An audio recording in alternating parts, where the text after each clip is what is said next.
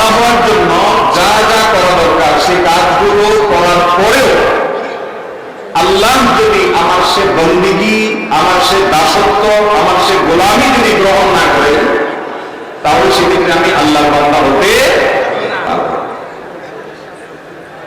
সূরাতুল ফুরকানের এই আয়াতগুলোতে আল্লাহ সুবহানাহু ওয়া তাআলা বলে দিয়েছেন বিশেষ কয়েকটি গুণ আছে, বৈশিষ্ট্য আছে। এই গুণগুলো যদি কোনো মানুষ অর্জন করতে পারেন, তাহলে সেই মানুষকে আল্লাহ তাআলা নিজে পরিচয় করে দিচ্ছেন সে আমার বান্দা, রহমানের বান্দা। সেই গুণগুলো অর্জন করার চেষ্টা করা একজন আখিরাতে জান্নাত প্রত্যাশী মানুষের অন্যতম একটি বড় কাজ। সেই গুণগুলোর ভিতরে প্রথম গুণ সম্পর্কে বলতে গিয়ে আল্লাহ তাআলা বলছেন, আল্লাযীনা ইয়ামশুনা আলাল আরদি হাওনা। আল্লাহ তাআলা যাদেরকে নিজের পরিচয় দিয়ে বলবেন তারা আমার বান্দা, আল্লাহ তাদের বন্দেগীকে স্বীকৃতি দিয়েছেন, আগাম স্বীকৃতি। তাদের এক নম্বরের বৈশিষ্ট্য হলো তারা পৃথিবীতে যখন চলাফেরা করবে, সমাজে যখন বসবাস করবে, রাস্তাঘাটে যখন চলাফেরা করবে, তাদের চাল চলনে দম্ভ, অহংকার আর কোন প্রকার নিজের বড়ত্ব প্রকাশের মানসিকতা থাকবে। তারা পৃথিবীতে যখন চলাফেরা করবে, সমতল জায়গা দিয়ে যখন চলাফেরা করবে, অবনত মস্তকে বিনয়ী মানুষের মতো চলাফেরা করবে। আমাদের নবী সাল্লাল্লাহু আলাইহি সাল্লাম কিভাবে চলতেন এই সম্পর্কে তার সমায়ে বর্ণিত হয়েছে যে তিনি যখন সমতল কোন জায়গা দিয়ে চলতেন, কান্নাহু ইয়ানহাতু মিন ফাওক আও মিন সাবাব।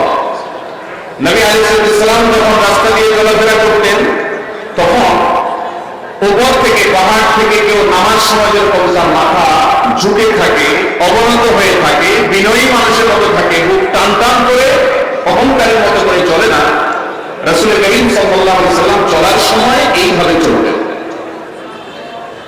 এখন কেউ যদি রাস্তাঘাটে খুব দম্ভ হয়ে চলাফেরা করে, অহংকার প্রদর্শন করে, তার হাব ভাব দিয়ে, তার ক্ষমতার জোর দেখায়, তার গায়ের জোর দেখায়, তার পয়সার জোর দেখায়, এসব যদি তার চলনে বলনে প্রকাশ পায়, তাহলে এই ব্যক্তি শয়তানের বান্দা, রহমানের বান্দা। রহমানের বান্দা হওয়ার জন্য এক নম্বরের এই বৈশিষ্ট্যটা অর্জন করতে হবে, বিনয় থাকতে হবে। আল্লাহ রাব্বুল আলামিন আপনাকে পাওয়ার দিয়েছেন, আপনার অবস্থান দিয়েছেন, আপনাকে আল্লাহ তাআলা অনেক দিক থেকে স্বাবলম্বী করেছেন, মর্যাদাবান করেছেন। আপনি যদি বুক টান টান করে অহংকার প্রদর্শন করেন, তাহলে আল্লাহ তাআলা আপনাকে তার গোলাম হিসেবে স্বীকৃতি দিবেন। নবী আলাইহিস সালাম বলেছেন, আলা উখবিরুকুম বিআহলিল জান্নাহ, তোমাদেরকে কি আমি জান্নাতি লোকদের মার্কা বলে দিব না? কোন লোকগুলো জান্নাতে যাবে তাদের কিছু মার্কা আছে।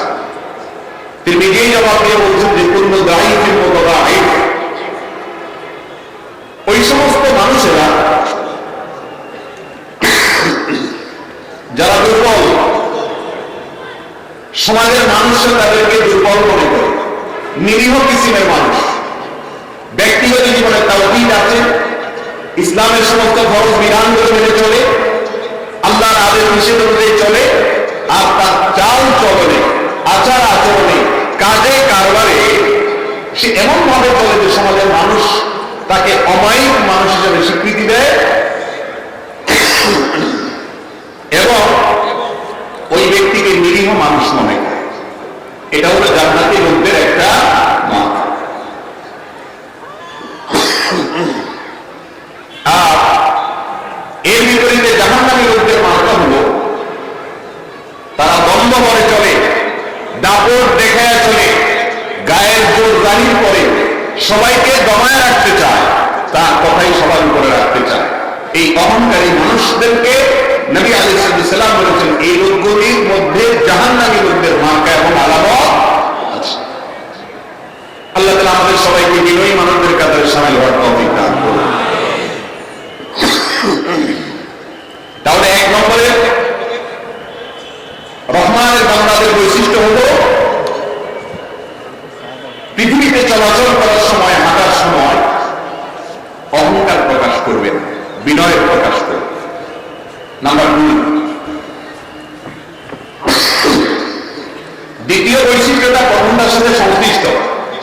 তার কারণ হলো, এই দুনিয়াতে যে লোক নরম হয়ে চলে, নিরীহ হয়ে থাকে, অহংকার করে না, বিনয়ী হয়ে চলে, সমাজের মানুষ তাকে খুব শ্রদ্ধা করে না তাকে পাত্তা দেয় না? শুধু পাত্তা না দেওয়া, বাংলা একটা কথা আছে, ভালো মানুষের ভাত নাই। ভালো মানুষের শুধু ভাত নাই বললে ভুল হবে। ভালো মানুষের ভাত তো নাই, সামনে রুটি থাকলে ওইটাও চলে যাবে। তুমি ভালো কেন হইলা? ভাত তো নাই, রুটিও দেবো না। এই হলো ভালো মানুষের অবস্থা। আল্লাহ রাব্বুল আলামিন বলেছেন, রহমানের বান্দা হতে হলে ভালো মানুষ হতে হবে, অমায়িক মানুষ হতে হবে, বিনয়ী মানুষ হতে হবে, অহংকার করা যাবে না। বিশেষ করে আমার যুবক ভাইরা, আপনাদেরকে বলছি, যখন 3-4 জন বন্ধু মিলে মোটরসাইকেল বা বাইক নিয়ে রাস্তায় চলাফেরা করেন,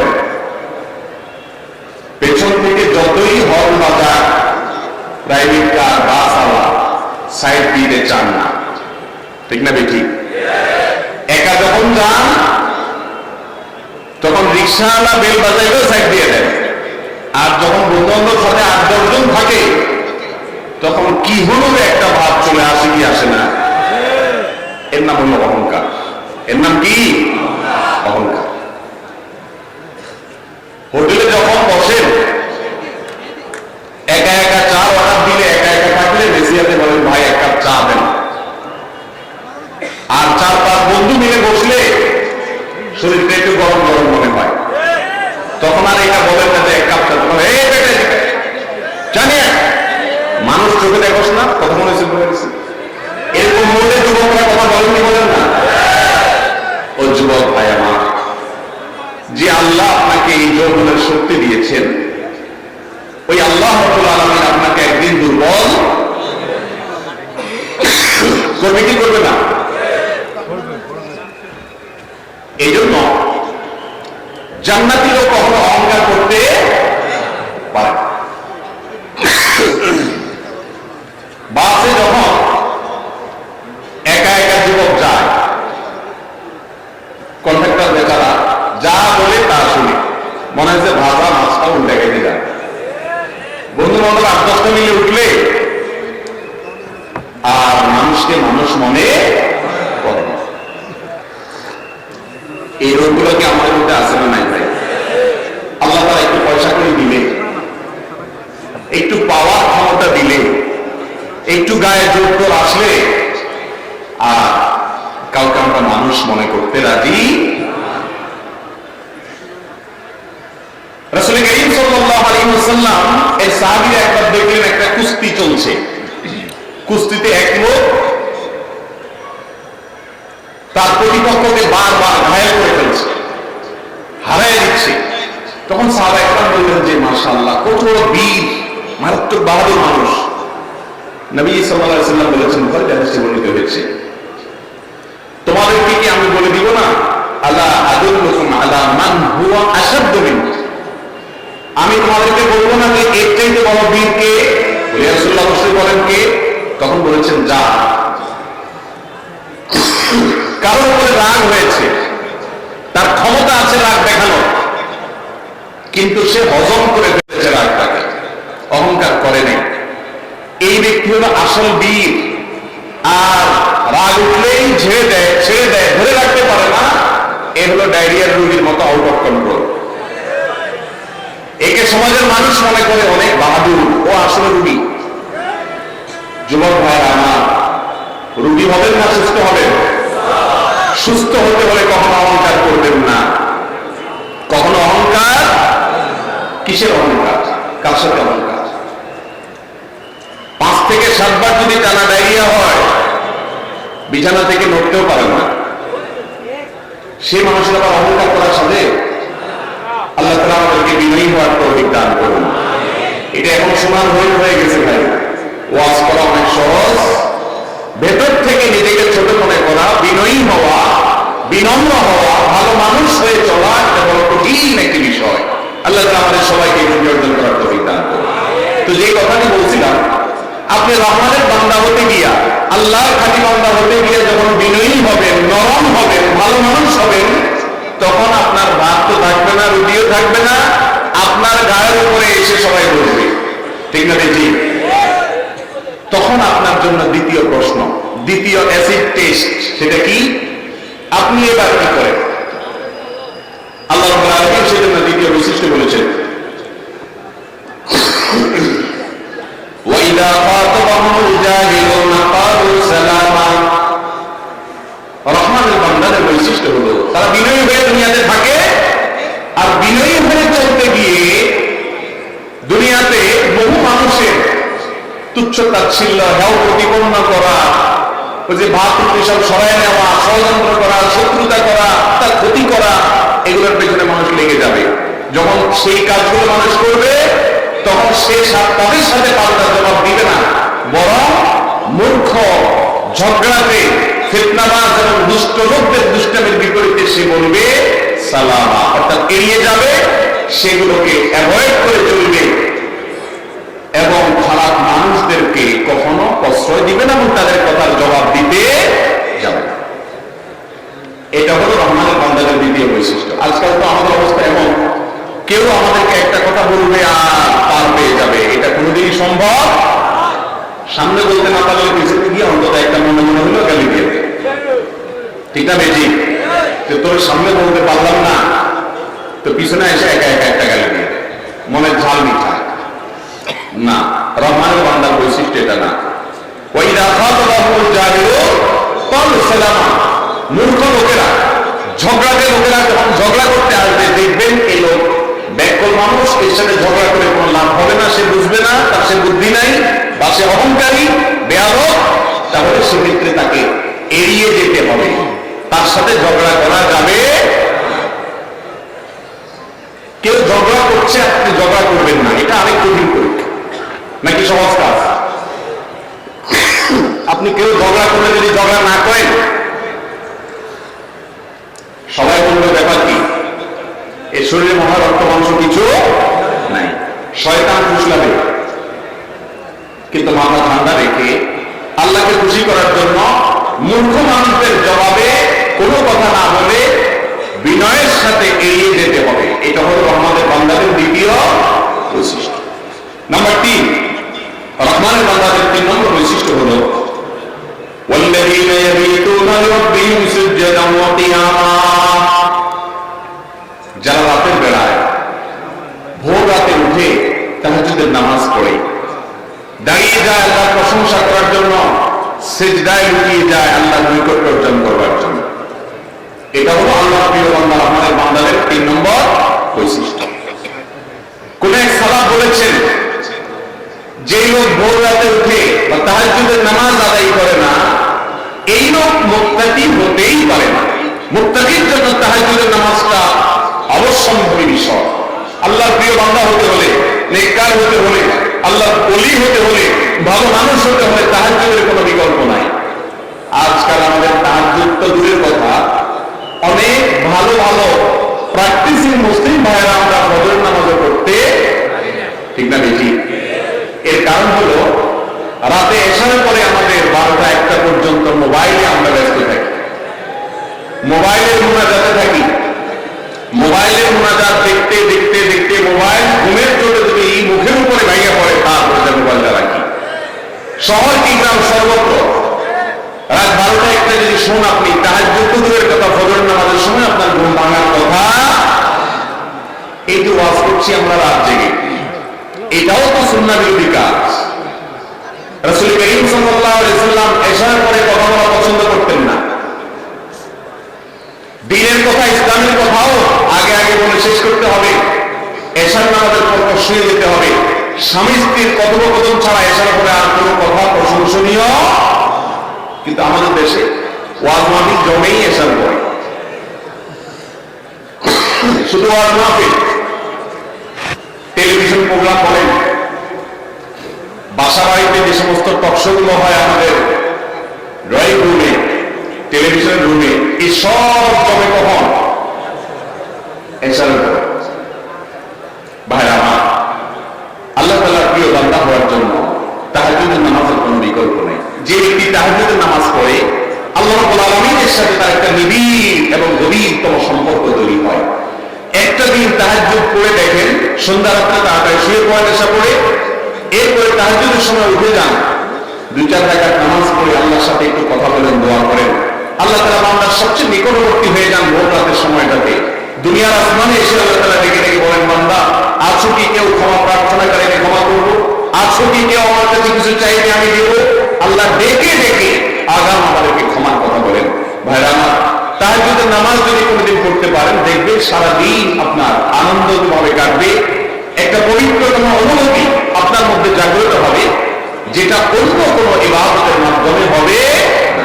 তাহাজ্জুদ পড়ার পরে আপনি যদি বের হয়েছে, কোনো বিপদ হয়েছে, সুবিধা অসুবিধা হয়েছে, সঙ্গে সঙ্গে আপনার মনে হবে আমি তো ভোর রাত্রে মালিকের সাথে কথা বলেছিলাম, মালিকের সাথে আমার একটা একান্ত সম্পর্ক আছে যেটা সবাই নাই। সবাই যখন ঘুমিয়েছিল তখন আমি মালিকের সাথে একটা বিশেষ আলাপ করেছিলাম, তার সাথে আমার একটা স্পেশাল সম্পর্ক আছে, একটা স্পেশাল রিলেশন আছে। আমি তার খাস বান্দা, ইবাদুর রহমান, রহমানের বান্দা, কারণ আমি তাহাজ্জুদ করেছি। আল্লাহ তাআলা আমাদেরকে তাহাজ্জুদের নামাজ পড়ার অভ্যাস গড়ে তোলার তৌফিক দান করুন। এই আয়াত থেকে বোঝা গেল আল্লাহর প্রিয় বান্দা হতে হলে, রহমানের বান্দা হতে হলে তাহাজ্জুদ করতে হবে। তাহলে তো 5 ওয়াক্তের ব্যাপারে খুব বেশি গুরুত্ব না দিলেও চলবে, তাই না? তাহাজ্জুদ পড়াটা যদি আল্লাহর প্রিয় বান্দা হওয়ার জন্য পূর্বশর্ত হয়, তাহলে 5 ওয়াক্ত নামাজ তো অবশ্যই করতে হবে, সেটা বলাই বাহুল্য, ঠিক না বেশি? আল্লাহ তাআলা আমাদেরকে এই গুণটি অর্জন করার তৌফিক দান করুন।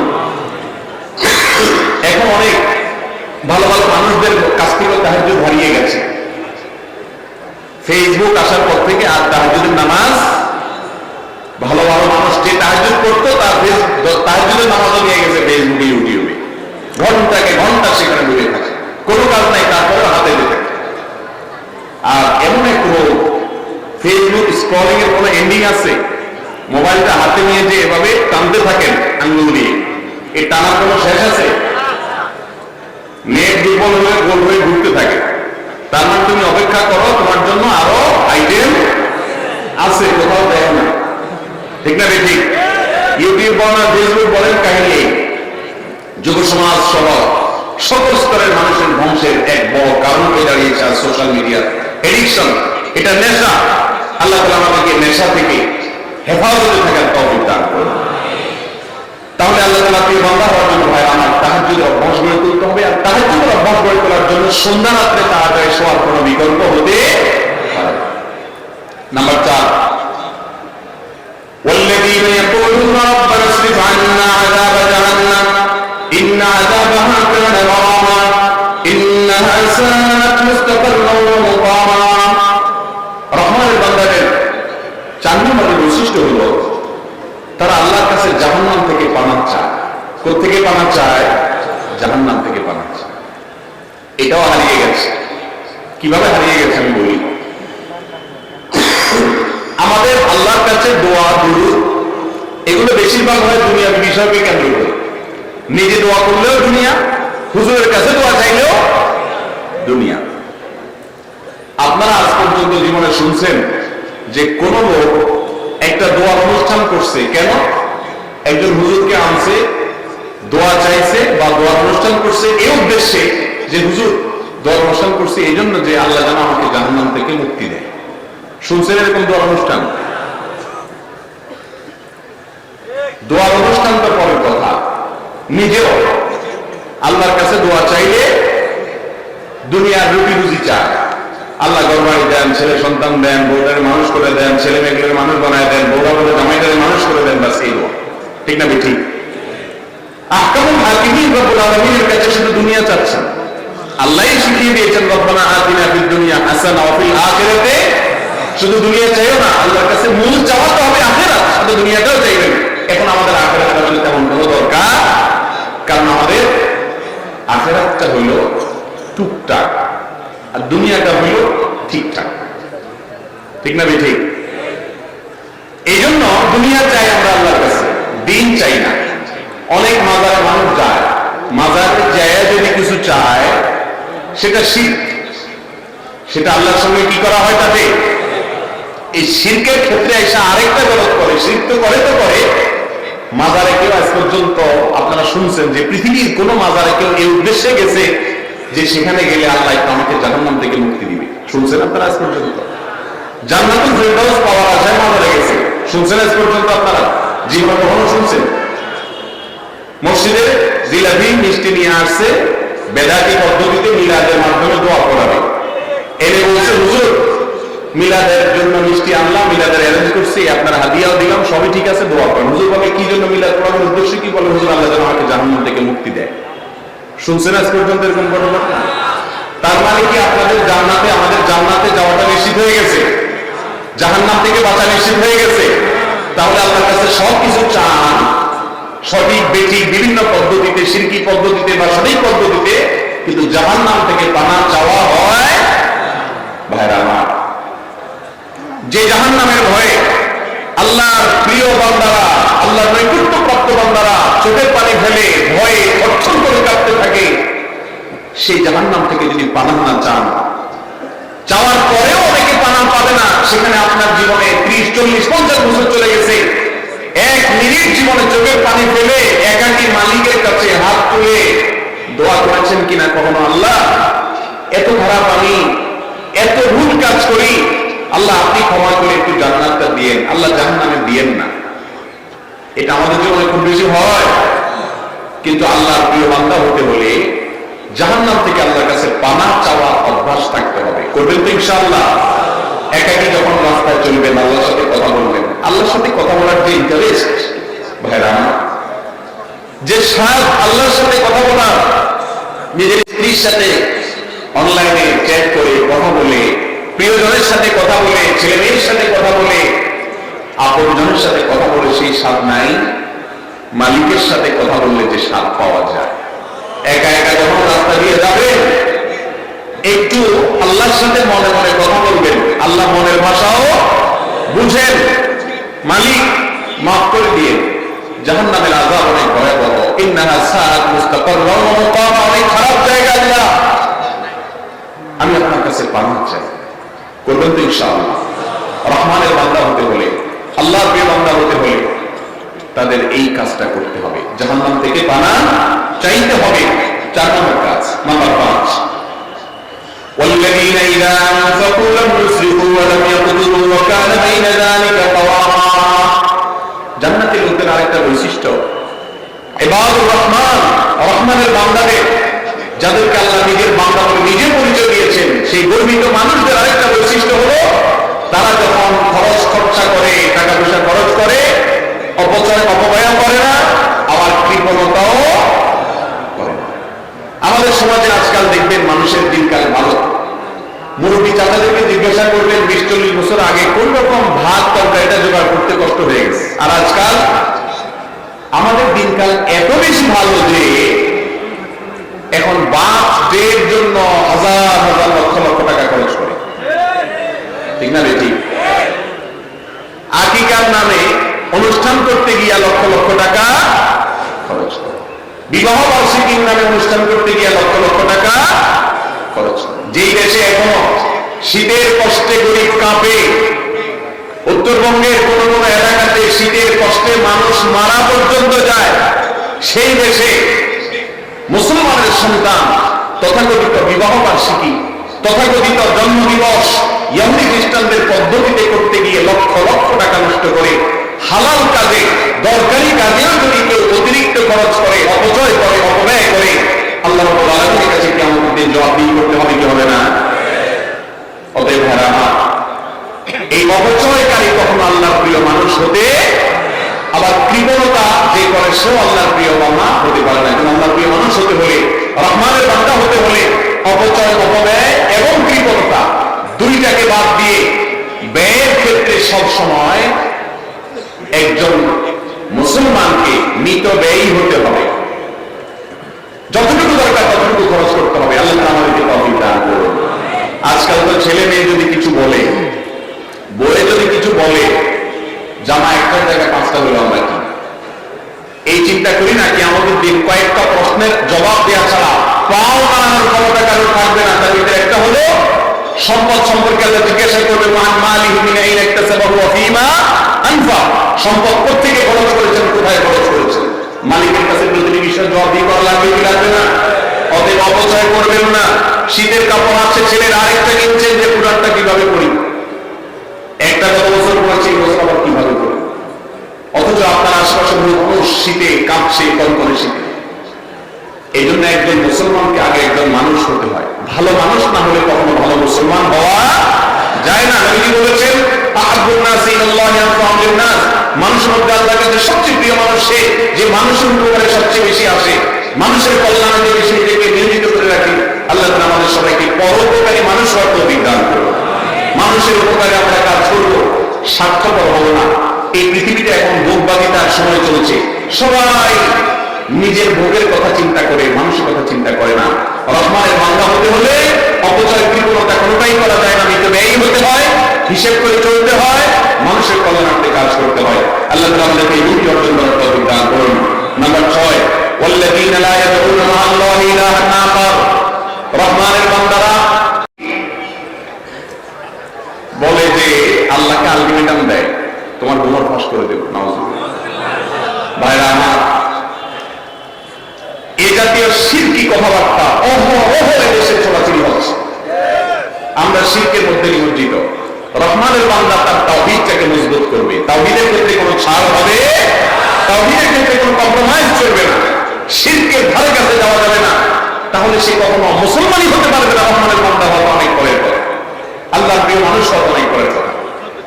আরেকজনে শুনছিলাম, আরেক গাঁজাখুরি গল্প, আষাঢ়ি গল্প বলতেছে যে কোন লোক জাহাজ ডুবে যাচ্ছে, নাকি জানি একই ঘটনা। তো যার জাহাজ ডুবে যাচ্ছে সে বলতেছে আল্লাহর কোন অলিগলি আছে যে আমার কথা শুনবে, আমাকে একটু বাঁচাবে। তো আল্লাহ বলি দূর থেকে চট্টগ্রামের কোন জায়গা থেকে শুনছে, শোনার পরে বলছে রশি নিয়ে এক খালেমকে, রশি আনছে, আনার পরে বলছে ছোট্ট একটা ফুল গাছের গোড়ায় বাঁধছে, বলে এবার টান, এবার টানতেছে, রশি টানে আর এদিকে জাহাজ কাছে আসে। সুবহানাল্লাহ বলবেন না? এখন রশি বলে কাছে আসতে আসতে জাহাজ একেবারে কাছে চলে আসছে, তারা উদ্ধার হয়ে গেছে।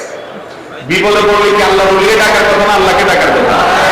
নামাজের প্রত্যেক রাকাতে বলতেছেন ইয়্যাকা না'বুদু ওয়া ইয়্যাকা, আল্লাহ তোমারই ইবাদত করি, তোমার কাছেই শুধু সাহায্য চাই। যেখানে প্রত্যেক রাকাতে আপনি নিজে স্বীকৃতি দিচ্ছেন, আল্লাহ শিখিয়ে দিয়েছেন আল্লাহ আপনার কাছেই শুধু সাহায্য চাই। ইয়্যাকা নাস্তাঈন আরবি গ্রামার অনুযায়ী এটা হাসার বা সীমাবদ্ধতার কথা বলে, অর্থাৎ সাহায্য শুধুমাত্র আল্লাহর কাছে চাইব, অন্য কোন অদৃশ্য শক্তির কাছে চাইব। কোন অদৃশ্য শক্তির কাছে সাহায্য চাওয়া শিরক। সাহায্য চাওয়া হবে কার কাছে? আল্লাহর কাছে। এখন ওলিরা এত পাওয়ারফুল, বাংলাদেশের ওলিদের যে ওই জাহাজ গভীর থেকে বড় সফর উঠে ফেলে হাতের ইশারা চলে আসে। ভাইরা আমার, কারামাতুল আউলিয়ায়ে হাক্কুন, আহলে সুন্নাত জামাতের আকীদা বিশ্বাস হলো আল্লাহর নেককার বান্দাদের মাধ্যমে অলৌকিক কোনো কিছু ঘটতে পারে, এটা অস্বাভাবিক না। কিন্তু অলৌকিক কিছু ঘটানো, এটা কোনো পীর, কোনো বুজুর্গ নিজের হাতে সংরক্ষণ করেন। আল্লাহ তাআলা কাকে দিয়ে কারামত জাহির করবেন না করবেন, এটা সম্পূর্ণ কার ব্যাপার। নিজের হাতে কোনো পাওয়ার সংরক্ষণ তো স্বয়ং রাসূল করিম সাল্লাল্লাহু আলাইহি সাল্লামেরও ছিল। যদি থাকতো তাহলে ক্ষুধার তাড়নায় পেটে পাথর মাথা লাগতো। উহুদের ময়দানে কাফেরদের আঘাতে রাসূলের দাঁত ভাঙতে হতো, শরীরে আবু জাহালের আঘাতে শরীর থেকে রক্ত ঝরাতে হতো, তায়েফের ময়দানে কাফেরদের আঘাতে জর্জরিত হতে হতো। বোঝা গেল রহমতুল লিল আলামিন আল্লাহর হাবিব স্বয়ং নিজে পর্যন্ত কোনো পাওয়ার সংরক্ষণ করেন না, সকল পাওয়ারের একমাত্র মালিক স্বয়ং আল্লাহ রাব্বুল আলামিন। অতএব মুসলমান যদি মনে করে কোনো পীরের পাওয়ার আছে, জাহাজের ডাক দিয়ে সে বাঁচাইতে পারে, তার হাতে সংরক্ষণ আছে, ক্ষমতা, এটা কখনো ঈমানের সাথে সংগতিপূর্ণ কথা হতে। একটা ফার্সি কবিতা আছে খুব জনপ্রিয়, আমরা অনেকে পড়ি, অনেক আলেম ওলামা বলেন, আউলিয়া আস্তে কুদরত তাজলা তীরে জুস্তা তাজে গর্দান জাদা, অর্থাৎ ওলিদের আল্লাহর পক্ষ থেকে দেওয়া সংরক্ষিত পাওয়ার আছে, তীর আসলে ওটাকে তারা ফিরাই দিতে পারে, যে কোনো তীর আসে। মুহাম্মদ রাসূলুল্লাহ সাল্লাল্লাহু আলাইহি সাল্লামকে উহুদের ময়দানে যখন কাফেররা আঘাত করেছে, সেটাকে তিনি ফিরিয়ে দিতে পেরেছেন। অলৌকিকতা সমস্ত নবীদের ছিল, এটাকে মুজিজা বলা হয়। আর আল্লাহর নেককার বান্দাদের মাধ্যমে অলৌকিকতা হয়, সেটাকে অস্বীকার করার সুযোগ নাই। কিন্তু অলৌকিকতা কার মাধ্যমে কি হবে না হবে, এটা একমাত্র আল্লাহর ইখতিয়ারে, কোনো ওলির, কোনো বুজুর্গের ইখতিয়ারে থাকতে পারে না, যেমন তার কাছে চাই। এই সমস্ত কথা বলে আমাদের ভাই বোনেরা শিরকে লিপ্ত হচ্ছেন কি হচ্ছেন না? আল্লাহ তাআলা আমাদের ইমানগুলোকে হেফাজত করার তৌফিক দান করুন। তো এই যে রহমানের বান্দার বৈশিষ্ট্য হলো আল্লাযীনা লা ইয়াদউনা মা আল্লাহি ইলাহান আখার, আল্লাহর কাছে চাইবো সাথে অন্য কাউকে চাইবো না, আল্লাহ লাগে ইল্লাহ লাগে। এটা কি শিরকি কথা না তাওহীদি কথা? বলে উপরে আল্লাহ নিচে আপনি, বলে না? চেয়ারম্যান সাহেবকে মেম্বার সাহেবকে পাম্প করতে দেওয়ার জন্য বলে চেয়ারম্যান সাহেব উপরে আল্লাহ নিচে, তার মানে আল্লাহ আপনি দুজন মিলে আমার কাজটা করবেন না। এটা কি ইমানদারের কথা? দুনিয়াতে ওসিলার প্রয়োজন হয়, আল্লাহই করাবেন, আল্লাহই যথেষ্ট। ওসিলা কাকে দিয়ে আল্লাহ কাজ দিবেন সেটা আল্লাহ ভালো জানেন। কোন ইল্লা টিল্লার মুখাপেক্ষি আল্লাহ, আমরা মাধ্যম গ্রহণ করবো ঠিক আছে, যেন বিশ্বাস থাকবে এই মাধ্যমের কিচ্ছু নেই, যা করার সব কে করবেন আল্লাহ। এরপরে 6 নম্বর না 7 নম্বর, পরের নম্বর 7 নম্বর হলো ওয়ালা ইয়াকুলুন নাফসাল্লাতী হারামাল্লাহু ইল্লা বিল হক। রহমানের বান্দারা কোনো অন্যায় ভাবে কোনো মানুষকে হত্যা করতে পারে। আপনারা বলবেন আমরা তো মানুষ হত্যা করি না, আমরা ভালো মানুষ। খুনি হইতে তো কলিজা লাগে, আমরা তো বিড়াল দেখলে দৌড়বে, কিসের খুনি হবে? যাক ভালো, আলহামদুলিল্লাহ আপনারা মানুষ খুন করেন না, ভালো। কিন্তু একটা মানুষ খুন এই যুগে ঘরে ঘরে মানুষ করে, সেটা হলো ভ্রূণ হত্যা। আছে না না এগুলা? 4 মাসের সন্তান 5 মাসের সন্তান মাতৃগর্ভে টের পায় নাই, পরে টের পেয়ে গেছে, মেডিসিন দিয়ে নষ্ট করে ফেলে দিয়েছে। এটাও মানুষ খুন করা, এটাও মানুষ। বহু ভদ্র বেশি নামাজি মানুষ আপনি খুনি, আপনি খুন করেছেন, আপনি আপনার সন্তানকে হত্যা করেছেন, ভ্রূণ হত্যা করেছেন। আছে না নাই আমাদের মধ্যে?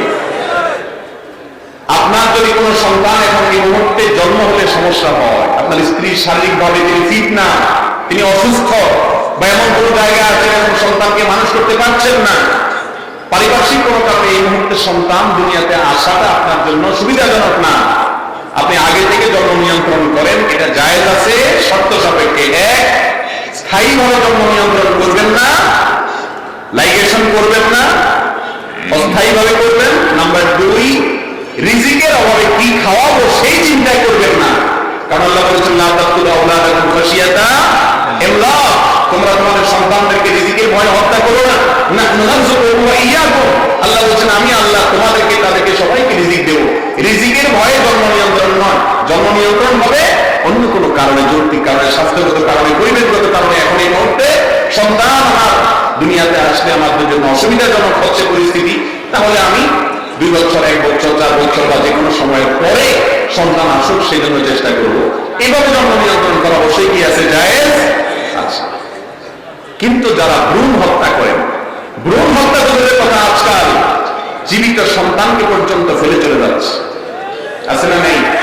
অবৈধ সম্পর্কের প্রশিক্ষণ যারা দিয়ে থাকে নাটক সিনেমার মাধ্যমে, নোবেলের মাধ্যমে, উপন্যাসের মাধ্যমে, তাদের সমস্ত কুশিক্ষায় শিক্ষিত অশিক্ষিত হয়ে অবৈধ সম্পর্ক করে বাচ্চা হয়ে গেলে ট্রেনে ফেলে যায়, আছে না নেই? সব খুনির কাতারে চলে যাবে। রহমানের বান্দারা কখনো মানুষ হত্যা করতে, অতএব ভ্রূণ হত্যা করা এটাও কি এক প্রকারের হত্যা। বাইরে আমার 7 নম্বর বৈশিষ্ট্য হল রহমান বান্দাদের তারা মানুষ হত্যা করে অন্যায় ভাবে। 8 নম্বর হলো ওয়ালা ইয়াজনুন, জিনা করে না। এমন একটা অপরাধ জিনা, এটা থেকে পবিত্র, এটা থেকে পরিচ্ছন্ন মানুষ এই যুগে খুঁজে পাওয়া বড় কঠিন। আপনারা বলবেন কই আমরা তো জিনা টেনা করি না, আপনি মানুষ খুঁজে পাচ্ছেন না, তাই তোমরা মানুষ আপনার পছন্দ হয় না? ভাইরা আমার, জিনার বিভিন্ন ধরন আছে। আজকাল প্রতিটা মোবাইলে বিশেষ করে স্মার্টফোন যদি থাকে তাহলে প্রতিটা মোবাইলের মধ্যেই জিনার আইটেম বেশিরভাগ মোবাইলে আছে না নাই? ফেসবুকে, ইউটিউবে ওয়াজ শুনে সাথে হারাম জিনিসও দেখে, এরকম আমাদের মধ্যে আছে না নেই? রহমানের বান্দা হতে হলে, জান্নাতে যেতে হলে, আল্লাহর প্রিয় বান্দা হতে হলে, মানুষ হতে হলে নিজের বিরুদ্ধে সংগ্রাম করতে হবে। হারাম জিনিস দেখা যাবে, জিনা আইন আন্নাজার, নবী বলেছেন চোখের জিনা হলো দেখা। আগে তো সিনেমা হলে গিয়ে দেখতে হতো। এই জন্য হুজুররা বা টুপি মাথায় দিয়া মনে চাইলেও যেতে পারত না, ঠিক না বেশি? শয়তান বলে আমার দলে লোক কম হয়ে যাচ্ছে, সবাইকে নেওয়া যায় না, মুরব্বীরা যেতে চায় না, যে সে যায় না সিনেমাতে, মুসিবত। এই জন্য শয়তান সিনেমা বলে দিচ্ছে মোবাইলে, যে কষ্ট করে আর টিকিট খরচ করে সিনেমা দেখার দরকার নাই, তোমার পকেটেই সিনেমা দিয়ে দিছি, সারাদিন দেখো আর জাহান্নামে যাও, দেখো আর জাহান্নাম নিশ্চিত করো, টিকিট বুকিং দাও, ঠিক না বেশি? আল্লাহ আমাদেরকে এই অপরাধ থেকে বেঁচে থাকার তৌফিক দান করুন। এটা অনেক কঠিন কাজ, এই সংগ্রাম অনেক কঠিন। নিজের মোবাইলকে হারাম থেকে পরিচ্ছন্ন রাখা, হারাম কোনো কিছু না দেখা অনলাইনে অফলাইনে, এটা ঈমানের পরিচয় দিতে হয়। এরকম ঈমানদার মানুষ বড় কঠিন।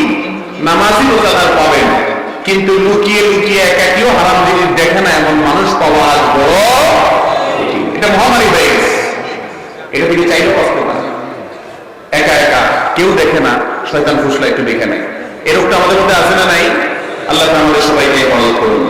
রহমানের বান্দাদের 8 নম্বরের বৈশিষ্ট্যগুলো তারা জেনা করে না, 9 নম্বরের বৈশিষ্ট্যগুলো তারা তওবা করে। যদি কখনো অপরাধ হয়ে যায় সঙ্গে সঙ্গে অস্থির হয়ে যায়। অনেক মানুষ আছে যারা অপরাধ করার পর গুনাহ করে ফেলেছেন, কিন্তু গুনাহ করে শেষ করার পর যখন সম্বিত ফিরে আসে, চৈতন্য ফিরে আসে, তখন তিনি আফসোস করেন এবং মনে মনে আল্লাহর কাছে লজ্জিত হন, ক্ষমা চাইতে থাকেন, নিজেকে ভৎসনা করেন। এই ব্যক্তিদের নফসকে বলা হয় নফসে লাওয়ামা, যার প্রবৃত্তি তাকে ভৎসনা করেন। কেন তুমি এই ছোট কাজটা করলে, কেন এমন কাজটা করলে, আল্লাহকে নাকচ করলাম।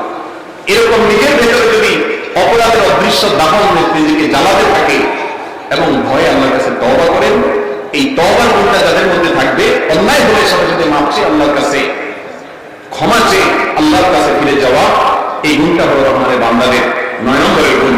আর 10 নম্বর হলো ওয়াল্লাযীনা লা ইয়াশহাদুনা যুর, যারা মিথ্যা সাক্ষ্য দেয় না। রহমানের বান্দারা মিথ্যা সাক্ষ্য, আপনারা বলবেন ভাই কি বলেন না বলেন, মিথ্যা সাক্ষ্য আমরা করতে গেলে আদালতে জীবনেই যাইনি, মিথ্যা সাক্ষ্য দেবে করবেন। আমরা রহমানের বান্দা এমনি হয়ে গেছে, আমি দেখাই কিভাবে মিথ্যা সাক্ষ্য দেন বা আমরা দেই। একজন দোকানদার তার একজন কাস্টমার এসে জিজ্ঞেস করছে, ভাই এই মালটা ভালো হবে? আপনি বললেন ভালো হবে মানে ভাই আমার বাসায় নিয়ে গেছি আমি, একটা খুব ভালো ভাই, আমি নিজে ব্যবহার করি, দেখা মিথ্যা কথা। এরকম লোক আছে না নাই আমাদের মধ্যে? আপনি জানেন জিনিসটা 2 নম্বর বলছেন, না ভাই 1 নম্বর। এটাকে বলে মিথ্যা সাক্ষ্য দেওয়া। আপনার এই কথা বলাটা একটা সার্টিফিকেট, ভালো বললেন আপনি, এটা একটা সাক্ষ্য। এই মিথ্যা সাক্ষ্যটা আমরা অহরহ দিচ্ছি কি দিচ্ছি না? বিয়ের জন্য আসছে আপনার ভাতিজি আপনার ভাগ্নির সাথে, দোষ ত্রুটি যা আছে সব লুকাই দিয়ে বলছে ওর মতো মানুষ হয় না, একদম ভাবে অবস্থিত ফেরেশতার মতো। আপনি জানেন বলে আকাম কুকাম করে ধরা পড়ছে, কিন্তু আপনি লুকায়া সত্য কথাটাকে গোপন করে মিথ্যা তথ্য দিলেন, এটা মিথ্যা সাক্ষ্য দেওয়া। আছে না আমাদের মধ্যে? আর একটা মিথ্যা সাক্ষ্য, তো এটা থেকে বাঁচার লোক তো পাওয়া কঠিন, বিশেষ করে যুবকরা। পরীক্ষার হলে নকল করে পাস করছেন, চুরি করে দেখে পাস করছেন, মাদ্রাসা করছেন আর স্কুলে পড়ছেন, যাই করছেন, সার্টিফিকেট নিয়ে নিয়েছেন, আমি এ গ্রেড পাইছি, এ প্লাস পাইছি, অমুক পাইছি, তমুক পাইছি। আসলে আপনি এটা পান নাই, আপনি চুরি করে পাস করছেন। এই সার্টিফিকেট এটা আপনার জন্য সাক্ষ্য, এটা আপনার জন্য একটা কি, এই সার্টিফিকেটটা আপনার জন্য সাক্ষী। আপনি যে সার্টিফিকেট নিয়ে গেলে এটা মিথ্যা, আপনি আসলে এটার উপযুক্ত না। এই রূপটা আমাদের মধ্যে আসে না নাই? আল্লাহর প্রিয় বান্দারা, রহমানের প্রিয় বান্দারা কখনো মিথ্যা সাক্ষ্য দিতে পারে। আমরা যখন হাতিয়াতে মাদ্রাসায় পড়ি, আমার মনে আছে নীতি নৈতিকতায় এই পরিমাণ বলিয়ান ছিলেন, তখন দেখেছি মাদ্রাসার ছাত্র ভাইদেরকে, আমি ছোট ছিলাম, বড় ভাইদেরকে এবং সবাইকে দেখেছি, ওস্তাদ ডেকে এনে বললেন, বাবা প্রশ্ন লিখে নাও খাতায়। তো ছাত্ররা লিখে নিয়েছে, সব ছাত্রদের ক্ষেত্রে একই কথা বলতো, 400-500 ছাত্র ছিল মাদ্রাসা। প্রত্যেক ক্লাসের ছাত্রদেরকে ডেকে এনে ওস্তাদ বলতেন প্রশ্ন লেখো, 1, 2, 3 প্রশ্ন লিখে দিয়েছেন। এবার বলেন যাও রুমে যে 3 ঘন্টা সময়, 4 ঘন্টা সময় আছে, এর মধ্যে উত্তর লিখে নিয়ে আসো। ছাত্ররা গিয়ে রুম থেকে উত্তর লিখে নিয়ে আসছে, কেউ কিতাব খুলে বই খুলে কেউ দেখে নেই। এগুলো তো এখন রূপকথার গল্পের মতো মনে হবে, তাই না? এত মনিটরিং করেও নকল তো নকল, চুরির উপরে সিনা চুরি থাকলে সেটাও অবাক, ঠিক না ভাই? ঠিক নীতি নৈতিকতা হারিয়ে গেছে। রহমানের বান্দা হতে হলে মিথ্যা সাক্ষ্য দেওয়া যাবে। আল্লাহ আমাদেরকে মিথ্যা থেকে বেঁচে থাকার তৌফিক দান করুন। এই যে মিথ্যা সাক্ষ্যগুলোর আইটেমের কথা বলছেন, এই দাড়িওয়ালা টুপিওয়ালা মাহফিল শুনতে শুনতে কান জ্বালা বাড়া, কোন মুখ কি ওয়াজ করছে লাইন সহ মুখস্থ, কিন্তু এই আকাম কুকাম গুলা তলে তলে করি আমরা, আছে না নাই বলেন? কখনো রহমানের প্রিয় বান্দা হওয়া যাবে না, নীতিমান হতে হবে। নাম্বার 10, ওয়াল্লাযীনা ওয়া ইযা মাররু বিল আরদি মাররু কিরামা, অনর্থক কাজ থেকে বেঁচে থাকতে হবে, অনর্থক কাজ থেকে বেঁচে থাকতে হবে। আজ বেশিরভাগ মুসলমানরা অনর্থক কাজে কোনো না কোনো ভাবে সম্পৃক্ত। শয়তান 3টা আইটেম বাইর করছে, যুবকদেরকে সময় নষ্ট করার জন্য একটা আইটেম, মুরব্বীদের সময় নষ্ট করার জন্য আরেকটা আইটেম, মহিলাদের সময় নষ্ট করার জন্য আরেকটা আইটেম। যুবকদের আইটেম হলো ফেসবুক, ইউটিউব, এটা হলো যুবকদের আইটেম, আর কিছু লাগে না। শয়তানের এক ডোজেই যুবকের লাইফ শেষ, ও জাহান্নামের অতলতলে যাওয়ার জন্য আর বেশি কিছু দরকার হয় না। এই 2টা অ্যাপই ওর ধ্বংস প্রায় করে দিচ্ছে, ঠিক না ঠিক? স্ক্রল করতে করতে করতে কোনো শেষ নাই, মনে হয় কি জানি হারাই গেছে খুঁজতেছে, ঠিক না ঠিক? যেখানে যান, বাসে উঠেন, রেলে উঠেন, বিমানে উঠেন, বিমানের উপরে তার নেটওয়ার্ক থাকে না, তাও টানে। ভাইরা আমার, এই টানার কোনো শেষ, জামাত শুরু হয়ে গেছে, কিন্তু স্ক্রল চলতে আছে, যেভাবে টানতে থাকে। একদিনে ফেসবুকে কত হাজার বার এরকম টান দিচ্ছেন, কিন্তু আল্লাহর কালাম দেখা যায় সারা বছরে একটা পৃষ্ঠাও উল্টানোর সুযোগ। যুবকদেরকে সময় নষ্ট করার জন্য এরকম কিছু আইটেম ইবলিস দিয়ে দিচ্ছে, আর মুরব্বীদেরকে দিচ্ছে চায়ের দোকান, অফলাইন টক শো। বাংলাদেশে এমন কোন টেলিভিশন চ্যানেল আছে যে চ্যানেলে 24 ঘন্টা শুধু টক শো চলে? আছে কোন টিভি চ্যানেল? একটা চ্যানেল আছে, ওইটার নাম হলো চায়ের দোকান। সকালে খোলার পর থেকে নিয়ে রাত বন্ধ করা পর্যন্ত অনবরত বিরতিহীন টক শো চলে, ঠিক না বেশি? এবং এই টক শো এমন এক আজব টক শো, এখানে উপস্থাপক পরিবর্তন হয়, বুদ্ধিজীবী পরিবর্তন হয়, কিন্তু অনুষ্ঠান শেষ হয় না, কোনো বিরতি টিরতি নেই। সারাদিন ওনারা দেশ জাতি নিয়ে চিন্তা করেন, গবেষণা করেন, ঠিক না বেশি? এত বুদ্ধিজীবী এই দেশের চায়ের দোকানে দোকানে মরে মরে, এই জন্য দেশটার দুরবস্থা, কারণ এদেশে কাজের লোক নাই, সব বুদ্ধিজীবী। ভাইরা আমার, অনেক মুরব্বী আছে, ছেলে মেয়েরা ধরে ধরে ঢাকায় নিয়ে যায়, বাবা চলেন একটু আমাদের বাসায় থাকেন। 2 দিনে বেশি 3 দিন হইলে চাচা বলে, বাবা আমার বিয়া এখন ভালো লাগে না। কেন ভালো লাগে না? কারণ চাচার টক শো শেষ হয়ে যাচ্ছে, ঠিক আছে কি বলেন? ভাইরা আমার, এই বিষয়গুলো আমাদের ভাববার বিষয়। চায়ের দোকানে বসে বসে সময় নষ্ট করছেন। ডক্টর খন্দকার আব্দুল জাহাঙ্গীর রাহিমাহুল্লাহ একটা কথা বলতেন, উনি বলতেন, ও মুরব্বীরা, ও বড় ভাইরা, যারা চায়ের দোকানে বসে ঘন্টাকে ঘন্টা খাওয়া লাভ করে বিপদ শেখায়ত করে নষ্ট করেছেন, কি অর্জন করেছেন? আপনার এই বুদ্ধিজীবীগিরি করার কারণে দেশ উন্নত হয়ে গেছে? দেশে কোনো সমস্যার সংকটের সমাধান হয়েছে? হয়নি। কিন্তু আপনার আমলনামা নষ্ট করেছেন, সময় নষ্ট করেছেন, অনর্থক কাজ করেছেন। আপনার আখেরাতে ধ্বংস হচ্ছে, দুনিয়াও ধ্বংস হচ্ছে। স্যার রাহিমাহুল্লাহ বলতেন, চায়ের দোকানে বসে ঘন্টাকে ঘন্টা গপসপ মারার চাইতে বাসায় চলে যান, চাচির সাথে বসে বসে মহব্বতের কথা বলেন, সব হবে ইনশাআল্লাহ। কথা বুঝেন নাই? চাচির সাথে কথা বলার সময় নেই, বাসায় আইসা লাইট ফেলাই দিয়ে, মোবাইল টোবাইল ফেলাই দিয়ে, চাচা ওই যে এতক্ষণ টকশো করে আসছে চান্দি গরম। এই যে একটা রোগ আমাদের মধ্যে, মুরব্বীদের সময় নষ্ট করার জন্য এই অফলাইন টক শো, চায়ের দোকান। যুবকদের সময় নষ্ট করার জন্য শয়তান কোন আইটেম দিয়েছে? ফেসবুক আর ইউটিউব। আর মহিলাদেরকে সময় নষ্ট করার জন্য তাদের আইটেম আছে, স্টার জলসা আছে। স্টার জলসা আছে না নাই? স্টার জলসা লাগবে কেন? যাদের স্টার জলসা নাই, শয়তান তাদেরকে একটা আইটেম দিয়েছে, জাহান্নামে শুধু যুবকরা যাবে কেন? যুবকরা, বৃদ্ধরা, মহিলারা বলে চলো, সব জাহান্নামে চলো। এই জন্য আইটেম তাদেরকে একটা দিয়েছে, যার বাসায় টেলিভিশন নাই, স্টার জলসা নাই, তুমি কেন পিছিয়ে থাকবা? তুমিও জাহান্নামের ক্ষেত্রে আগে থাকে, চলো। আশেপাশে মহিলাকে কি করছে না করছে, গীবত শেখায়ত, বলবাজি, গ্রুপিং এবং এই সমস্ত চগলখড়ি ইত্যাদি, এগুলো শুধু মহিলারা পুরুষের সবার মধ্যে আছে না নাই? আল্লাহ তাআলা আমাদেরকে সময় অপচয় করা থেকে হেফাজত থাকার তৌফিক দান করুন। রহমানের বান্দারা কখনো সময় অপচয়কারী হতে পারে। ওয়াল্লাযীনা ওয়া ইযা মাররু বিল-লাগwi মাররু কিরামা। কাজের ধারে কাছেও তারা যায় না, এড়িয়ে চলে। আর 11 নম্বর তাদের বৈশিষ্ট্য হলো ওয়াল্লাযীনা ইযা যুকিরু বিআয়াতি রাব্বিহিম লাম ইয়াখিরু আলাইহা সুম্মা ওয়া উমিয়ানা। আল্লাহর কথা শুনলে, কোরআন হাদিসের কথা শুনলে, আল্লাহর নিদর্শনের কথা শুনলে তারা অবনতমস্তক করে, সেটার মাধ্যমে নিজের জীবনকে পরিবর্তন করে। আজকাল তো এত ওয়াজ মাহফিল, এত আলোচনা, ইউটিউবে এত ওয়াজ, ফেসবুকে এত ওয়াজ, কিন্তু আমাদের জীবনের তেমন কোনো পরিবর্তন নাই। কারণ হলো আমরা আসলে ওয়াজ শুনি না, আমরা আওয়াজ শুনি। আমাদের ওয়াজ ভালো লাগে না, আমরা আওয়াজ পছন্দ করি। আর ওয়াজ রাত 2টা পর্যন্ত করলেও শুনতে রাজি আছে, কিন্তু ফজর পড়তে ভাইরা আমার, কোরআন এবং হাদিসের কথা শুনে যদি আপনার ভিতরে পরিবর্তন হয়, প্রতিটি মাহফিল থেকে, প্রতিটি ইসলামিক আলোচনা থেকে যদি আপনার জীবনে একটি ভালো পরিবর্তন হয়, ইনশাআল্লাহ আপনি জান্নাতের দিকে এক কদম আগায় গেলেন। আর যদি শুধু শুনতেই থাকেন আর সুবহানাল্লাহ শুধু বলতেই থাকেন, যেই লাও সেই কুদু, কোন দুষ্টরিত্র না চান, তাহলে এই ওয়াজ শোনা কোনো কাজে আসবে। আল্লাহ আমাদের সবাইকে রহমানের বান্দা হওয়ার তৌফিক দান করুন। রহমানের বান্দাদের সর্বশেষ বৈশিষ্ট্য হলো তারা শুধু নিজের চিন্তা করে না, পরিবারের চিন্তাও করতে হয় তাদেরকে। রব্বানা হাবলাল্লাযীনা ইয়াকুলুনা রব্বানা হাবলানা মিন আজওয়াজিনা ওয়া যুররিয়্যাতিনা কুররাতা আ'য়ুন ওয়াজআলনা লিল মুত্তাকিনা ইমামা। অনেক মুরব্বিরা আছেন, অনেক ভাইরা বোনেরা আছেন, নিজে নামাজ কালাম পড়ে, নিজে ফজর পড়তে যায়, যাওয়ার সময় ছেলের গায়ে কম্বলটা দিয়ে যায়, আছে না নাই? এর মানে হলো ফজর পড়লে তো জান্নাতে যাবে ইনশাআল্লাহ।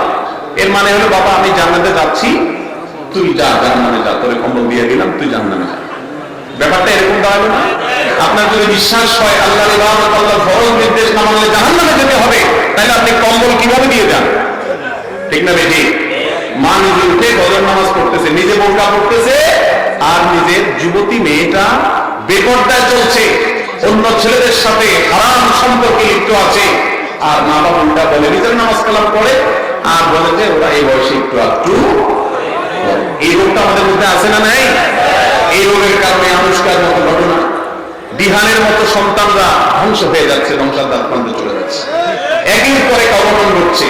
এই জন্য আমাদের হেফাজত করতে হবে। আল্লাহ তাআলা আমাদেরকে তৌফিক দান করুন। জান্নাতি মানুষরা শুধু নিজে জাহান্নাম থেকে বাঁচার চেষ্টা করবে না, পরিবারকে সহ জাহান্নাম থেকে বাঁচার চেষ্টা করবে। অনেকে বলে যে ছেলেকে বলি কথা শুনে না, মেয়েকে বলি কথা শুনে না। আমি বলি আপনার ঘরে যদি আগুন লাগে, আপনার ছেলে শুয়ে থাকে, আপনি কি বলবেন? 2 বা 3 বার ডাকছি, ছেলে তো শুনে না, তো আমি কি করবো? আমার চেষ্টা তো আমি করছি, ওকে আমি বাইরে হয়ে গেলাম, আর ছেলে পুলিশাই হয়ে যায়। কোনো বাপ এরকম করবে? কথা শুনে না মানে কোলে করে নিয়ে হলেও ওরে বাইরে নিয়ে ফেলবে, ঠিক না ঠিক? কারণ ওকে জাহান আগুন থেকে বাঁচাতে হবে। তাহলে নামাজ না পড়লে, পর্দা না করলে, হারাম সম্পর্ক করলে সমাজ ধ্বংস হবে, জীবন ধ্বংস হবে। সেই জন্য অভিভাবকের দায়িত্বশীল ভূমিকা অবশ্যই রাখতে। আজ আমাদের দেশে যে কিশোর গ্যাং দেখতে পাচ্ছি, অপরাধের প্রবণতা দেখতে পাচ্ছি বাচ্চাদের মধ্যে পর্যন্ত, এখান থেকে উত্তরণের সবচেয়ে বড় এবং সহজ পথ হলো পরিবার থেকে ধর্মীয় শিক্ষা, ইসলামী শিক্ষা দেওয়া। আজকাল বাবা মা ছেলেমেয়েরা ইংরেজি বললে অনেক খুশি, মাশাআল্লাহ ভালো কথা, ইংরেজি জানা দরকার আছে, মুসলমান সৎ জ্ঞান বিজ্ঞানে আগেইতে হবে, দোষের কিছু নেই। কিন্তু সন্তানকে আল্লাহর সঙ্গে পরিচিত করাচ্ছে। আপনার বাবা মা আপনাকে ইসলাম দিয়ে গেছে, আপনি আপনার সন্তানকে যদি দিয়ে না যান, পরবর্তী জেনারেশনের মধ্যে যদি গ্যাপ তৈরি হয়, কিয়ামতের দিন আল্লাহর কাছে আসামের কাঠ গড়ায় আপনাকে দাঁড়াতে।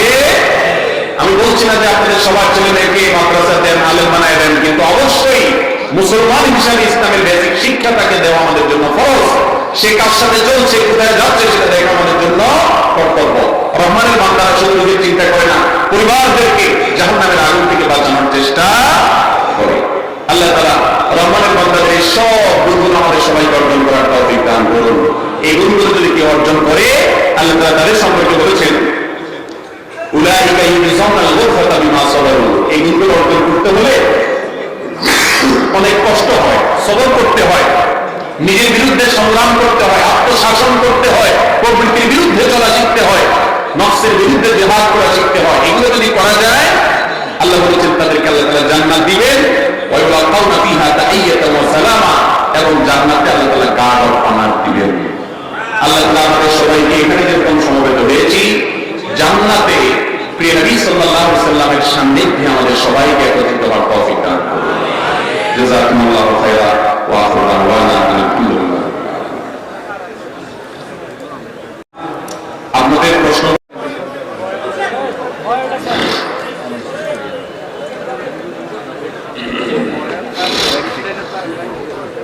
আব্দুল সাইফুল্লাহ ভাই কই আসছে? কয়টা ফোন বলে আধা ঘন্টা আরো সদস্য বন্ধু করবে দেখে নিতে আমি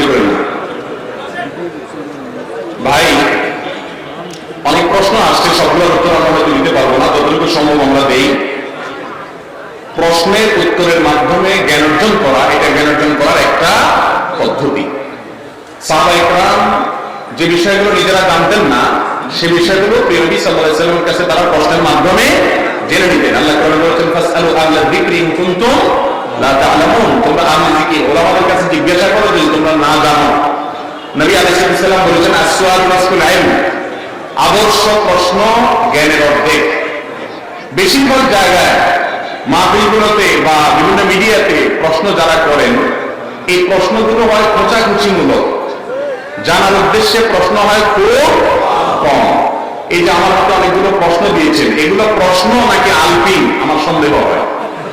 আলপিন বুঝেন তো, মানে কতগুলো আলপিন দিছে, কেউ কাউকে খোঁচানো দরকার দিতে পারছে না, তো মৌলভী সাহেবের কাছে দিয়ে দিলে হুজুর একটা খোঁচা আপনি দিয়ে দেন। প্রশ্ন না, ওইটা কি আলপিন।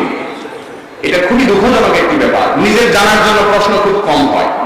আল্লাহ তাআলা সঠিক উদ্দেশ্যে সুন্দরভাবে প্রশ্নোত্তরের মাধ্যমে জ্ঞান অর্জন করার তৌফিক আমাদেরকে দান করুন। প্রথম প্রশ্ন, প্যান্টের সমস্যার অজুহাতে সালাত পরিত্যাগ করার বিধান কি? প্যান্টের সমস্যার কারণে অনেক যুবক ভাই বা অনেক বিভিন্ন বয়সের ভাইয়েরা দেখা যায় নামাজ পড়ে, নামাজ পড়তে বললে বলে যে হুজুর প্যান্টে একটু অসুবিধা আছে। আছে না এরকম বলো? পুরুষ মানুষ, সুস্থ মানুষ, দাঁড়িয়ে রুগিও না, কিছু না, প্যান্টে কি অসুবিধা হবে? প্যান্টে অসুবিধা হতে কোনো কারণ থাকতে পারে না। প্যান্টে অসুবিধা থাকবে কেন? পেশাব করার পর পবিত্রতা অর্জন করবেন, পানি দিয়ে ধৌত করবেন, পবিত্র করবেন। পেশাব করার পর যদি আপনি পবিত্রতা অর্জন না করেন, আপনাকে সালাত আদায় করতে হবে, সেটা তো আছেই। এছাড়া আপনার পেশাবের ফোঁটা যদি আপনার রানে, আপনার শরীরের কোনো অংশে লাগে, এটা কি আপনার স্বাস্থ্যের জন্য ভালো না খারাপ? অ্যালার্জি হবে, নানা রকমের রোগ বালাই হবে, এটা অপরিচ্ছন্ন, এটা নোংরামি। এই জন্য একজন নামাজি মানুষের চেয়ে পরিচ্ছন্ন পবিত্র কেউ হতে, মুসলমানের প্যান্ট আবার খারাপ বলে গেল, এটা ছোট বাচ্চা যদি বলে যে আঙ্কেল আমার 3 বছর বয়স, আমার প্যান্ট খারাপ, এটা মানা যায়, ঠিক না? ঠিক, ও পানি খরচ করতে দেন না। একজন যুবক মানুষ তাগলা, দুনিয়ার সব বুঝে, পেশাব করার পরে যে পানি নিতে হবে এতটুকু বুঝে না, আবার ভাত চক্কর সময় কাপড়ে মনে হয় যে বিশাল স্মার্ট মানুষ, ভিতরে অবস্থা হলো যে কাপড়, এটা বলতেও তো লজ্জা হয়। ভাইরা আমার, নামাজের জন্য কাপড় খারাপ, এই অজুহাত আল্লাহর কাছে চলবে। প্যান্ট নষ্ট হলে প্যান্ট পাল্টায় আসেন, কারো কাছে একটা গামছা নিয়ে গামছা পরে নামাজ পড়েন, সতর্ক ডাকলেই হলো হাঁটু থেকে নাভি থেকে হাঁটু পর্যন্ত পুরুষরা। অতএব প্যান্ট খারাপের অজুহাতে নামাজ ত্যাগ করা হারাম, কোন অবস্থাতে যায়, ডবল শাস্তি হবে। নামাজ পড়লেন না, আবার অপবিত্র থাকলেন, অপরাধ দুইটা করলেন। আল্লাহ বলেছেন ওয়াকিয়াবাকা ফাতাহির, কাপড়কে কি করো? পবিত্র করো, যদি আয়াতের অন্য ব্যাখ্যাও আছে। অতএব যুবক ভাইরা, নামাজ ত্যাগকারী ব্যক্তি নিজেকে মুসলমান দাবি করার নৈতিক অধিকার। ওমর ফারুক রাদিয়াল্লাহু তাআলা বলেছেন, লা হাজ্জা ফিল ইসলামে লিমান তারাকাস সালাত, যে ব্যক্তি নামাজ পড়ে না, ইসলামে তার কোনো হিস্সা নাই, অংশ নেই, তার কোনো অধিকার নাই নিজেকে মুসলমান দাবি করার নৈতিক। নামাজ ত্যাগ করলে সে ব্যক্তি ইমানদার থাকে কিনা, এটা নিয়ে ইখতিলাফ আছে ইমামদের মধ্যে। ডেঞ্জারাস একটি বিষয়, ইমান আছে কিনা এটা নিয়ে কথা আছে। অতএব আমাদের সমাজে মানুষ নামাজ তো পড়ে না, আবার পড়তে বললে বা বেশি বললে বলে নামাজ না পড়লে কি হয়েছে, ইমান। ব্যাপারটা এরকম হয়ে গেল যে ব্রাশও করে না, মেসওয়াকও করে না, কিন্তু বলে ব্রাশ মেসওয়াক না করলে কি হয়েছে, আমার মুখ পরিষ্কার আছে। এই দাবিকারী যেরকম মিথ্যাবাদী, নামাজ না পড়ে আবার ইমান আছে, দ্বন্দ্ব হলে এই দাবিকারীও সত্যবাদী হতে পারে। দ্বিতীয় প্রশ্ন, বিয়ে করার উদ্দেশ্যে প্রেম করা যাবে কিনা? শরীয়তের দৃষ্টিতে এই ধরনের প্রেমের পরিণতি কি? ভাই, বিয়ের উদ্দেশ্যে প্রেম, অনেকে মনে করে যে প্রেম তো বেশিরভাগ হয় কাউগিরি বাটপারি, বেশিরভাগ শয়তানি উদ্দেশ্যে হয়। তো কেউ মনে করে আসলে কিয়ামত নিকটবর্তী হয়ে গেছে, তো এখন যেই চোরে সব নিয়ে যাওয়ার পরেও মালিকের পকেটে কিছু টাকা রাখে যায় যে বেচারা অন্তত সকালে উঠে নাস্তাটা করতে পারে, সেই চোর মনে করেন আমি এই যুগের অনেক বড় নেককার মানুষ। এখন বিবাহ বহির্ভূত সম্পর্ককে আল্লাহ তাআলা হারাম করেছেন, এটা হারাম। এখানে সামাজিক কোনো কমিটমেন্ট থাকে না, কোনো সাক্ষী থাকে না, রেজিস্ট্রেশন নিবন্ধন কাবিন থাকে, যার কারণে যা খুশি তা হয়। এই যে আনুষ্কা ধ্যানের মতো ঘটনাগুলো এর জ্বলন্ত, হয়তো একটা প্রকাশ হয়েছে, ততক্ষণ এরকম কত যুবকের জীবন ধ্বংস হয়ে যাচ্ছে, ঠিক না বেঠিক? এই জন্য বিবাহ বহির্ভূত সম্পর্ককে আল্লাহ তাআলা হারাম করেছেন। প্রশ্নকর্তা জানতে চেয়েছেন এগুলোর পরিণতি কি? ভাই, পরিণতি হলো এই তথাকথিত প্রেমের মাধ্যমে যে সম্পর্কগুলো হয় এগুলো খুব বেশি একটা টিকে। আজকাল একটা স্লোগান বের হয়েছে যে অপরিচিত একটা ছেলে মেয়ে বিয়ে পরে হঠাৎ করে তার সাথে থাকতে হবে, বিষয়টা কেমন হয়ে গেল, একটু আগে থেকে গেট টুগেদার, একটু বোঝাপড়া হলে ভালো। খুব ভালো কথা। আমি সব জায়গায় বলি, মুরব্বী চাচাদেরকে জিজ্ঞাসা করে দেখেন 30-40 বছর আগে যারা বিয়ে করেছে, আজকালকার মতো এই তথাকথিত অবৈধ প্রেমের কোন অস্তিত্ব তখন খুব একটা ছিল। চাচাদেরকে জিজ্ঞাসা করেন চাচিদের সাথে তাদের সম্পর্ক যত নিবিড় ছিল, ভালোবাসা যত গভীর ছিল, এখন এই লুতুপুতু প্রেমের নামে অবৈধ সম্পর্ককারী যুবকদের স্ত্রীদের সাথে এই সম্পর্ক, সেদিন পত্রিকায় দেখলাম প্রতিদিন 39টা করে বিবাহ বিচ্ছেদ হচ্ছে। তালাক তরতর করে বাড়ছে, পরিবারগুলো এই খান খান হয়ে যাচ্ছে, মহানা 10 লাখ করে যাতে তালাক না হয়, ঠিক না বেঠিক? তাহলে অবৈধ সম্পর্ক আর গেট টুগেদার এটা পরিবারে শান্তি আনতে পারে। যারা নাটক সিনেমাতে সারাদিন আপনাদেরকে প্রেমের অভিনয় করে শিখায় কিভাবে প্রেম করতে হয়, কিভাবে প্রেমকে জয় করতে হয়, বাবা মা সমাজ সবার বিরুদ্ধে গিয়ে অপিলেও পালায় যেতে হয়, মাইদ্যর খায় অপিলেও প্রেমে জিততে হয়, এই ট্রেনিং যারা দেয় ওই লোকগুলোর ব্যক্তিগত জীবনে, পারিবারিক জীবনে দেখেন এগুলা বেশিরভাগই 10টা-12টা করে দিচ্ছে, ঠিক না বেঠিক? বোঝা গেল যে অবৈধ সম্পর্কের মাধ্যমে হারামে আরাম আসতে পারে। এখন মুশকিল হলো ওই যে পকেটে 10 টাকা রেখে যাওয়া চোর মনে করতেছে আমি তো ভালো চোর। এখন প্রেম করে সব করে প্রতারণা, এই জন্য যে পাক্কা বিয়ের নিয়তে প্রেম করে সে মনে করে আমার নিয়ত তো ভালো। প্রেমের নিয়তে বিয়ে করা যদি জায়েজ হয় তাহলে কোরবানির নিয়তে গরু চুরি করাও জায়েজ হবে। কথা বুঝতে পারছেন? যদি আরেকজনের গরু নিয়ে আসেন, আপনার নিয়ত ঠিক আছে, নিয়ত কি আছে? ঠিক আছে, আপনি কোরবানি করবেন, বিসমিল্লাহ আল্লাহু আকবার বলে খালেস নিয়তে আল্লাহকে খুশি করার জন্য কোরবানি করছেন, আরেকজনের গরু চুরি করে, জায়েজ হবে? আপনার নিয়ত হলে বিয়ে করবেন, বুঝলাম, নিয়ত বুঝলাম ভালো, কিন্তু কাজটা করতেছেন খারাপ, বিবাহ বহির্ভূত সম্পর্ক, তবে এটা কি হবে না? হালাল হবে। নাম্বার 3, হস্তমৈথুনের শরীয়ী বিধান কি? এক্ষেত্রে অভ্যস্তদের আত্মনিয়ন্ত্রণের উপায় কি? খুবই গুরুত্বপূর্ণ একটি প্রশ্ন। আর যুব সমাজ ধ্বংসের দ্বার প্রান্তে চলে যাচ্ছে। অনেক যুবকরা ব্যক্তিগতভাবে আমাদেরকে জানান, ভাইরা আমার, হস্তমৈথুন একটি হারাম এবং কবিরা গুনাহ। জেনা করা যেরকম গুনাহ হারাম, হস্তমৈথুন করাটাও কি হারাম। আল্লাহ রাব্বুল আলামিন কোরআনে কারীমে সূরা মুমিনুন 18 নম্বর পারার প্রথম সূরা, আল্লাহ তাআলা বলেছেন ওয়াল্লাযীনা হুম আনিল লাগwi ওয়াল্লাযীনা লিফুরুজিহিম হাফিজুন ইল্লা আলা আজওয়াজিহিম আও মা মালাকাত আইমানুহুম ফাইন্নাহুম গায়রু মালুমিন ফামান ইত্তাবা ওয়ারা'a যালিকা ফাউলাইকা হুমুল আদুন। বৈধ স্ত্রীর মাধ্যমে যৌন চাহিদা রক্ষা করা ছাড়া অন্য যত পদ্ধতিতে মানুষ যৌন চাহিদা চরিতার্থ করে, হাত দিয়ে বা অন্য কোনো উপায় হস্তমৈথুনের মাধ্যমে, আল্লাহ বলেছেন তারা হল সীমা লঙ্ঘনকারী। তারা কি? তার মানে হারাম। একটি যায়ীফ হাদিসে এসেছে লাআনাল্লাহু নাকি হাইয়ানি, যে ব্যক্তি হস্তমৈথুন করে আল্লাহ লানত তার উপর বর্ষণ হয়।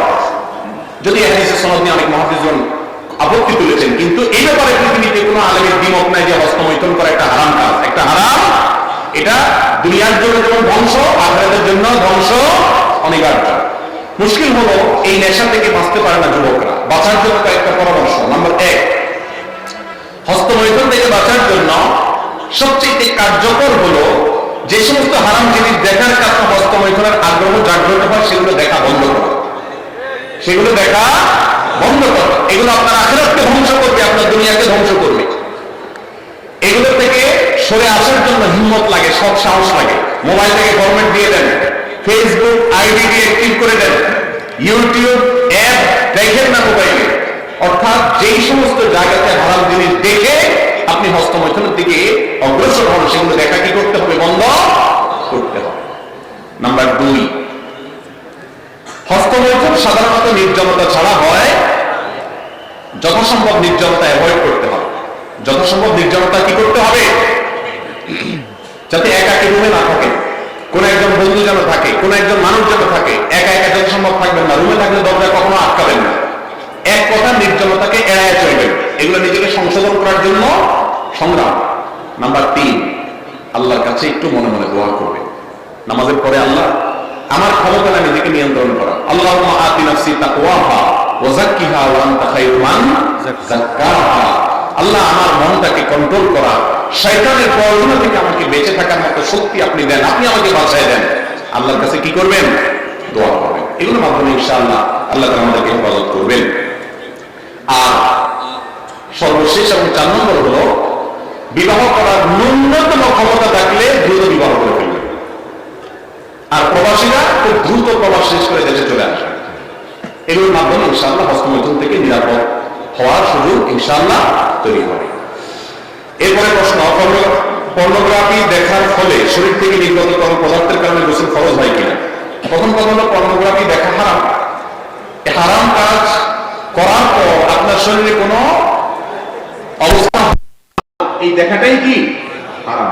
এরপরে আসুন, যদি তরল পদার্থ বের হয় পেশাবের আগে, যেই খেলা দেখার পরে আর অলসতা তৈরি হয়।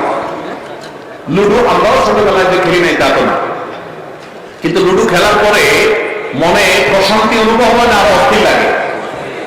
হারলে তো মনে হয় তো দুনিয়াতে শেষ করে ফেলি, আরো অবস্থা খারাপ, তাই না?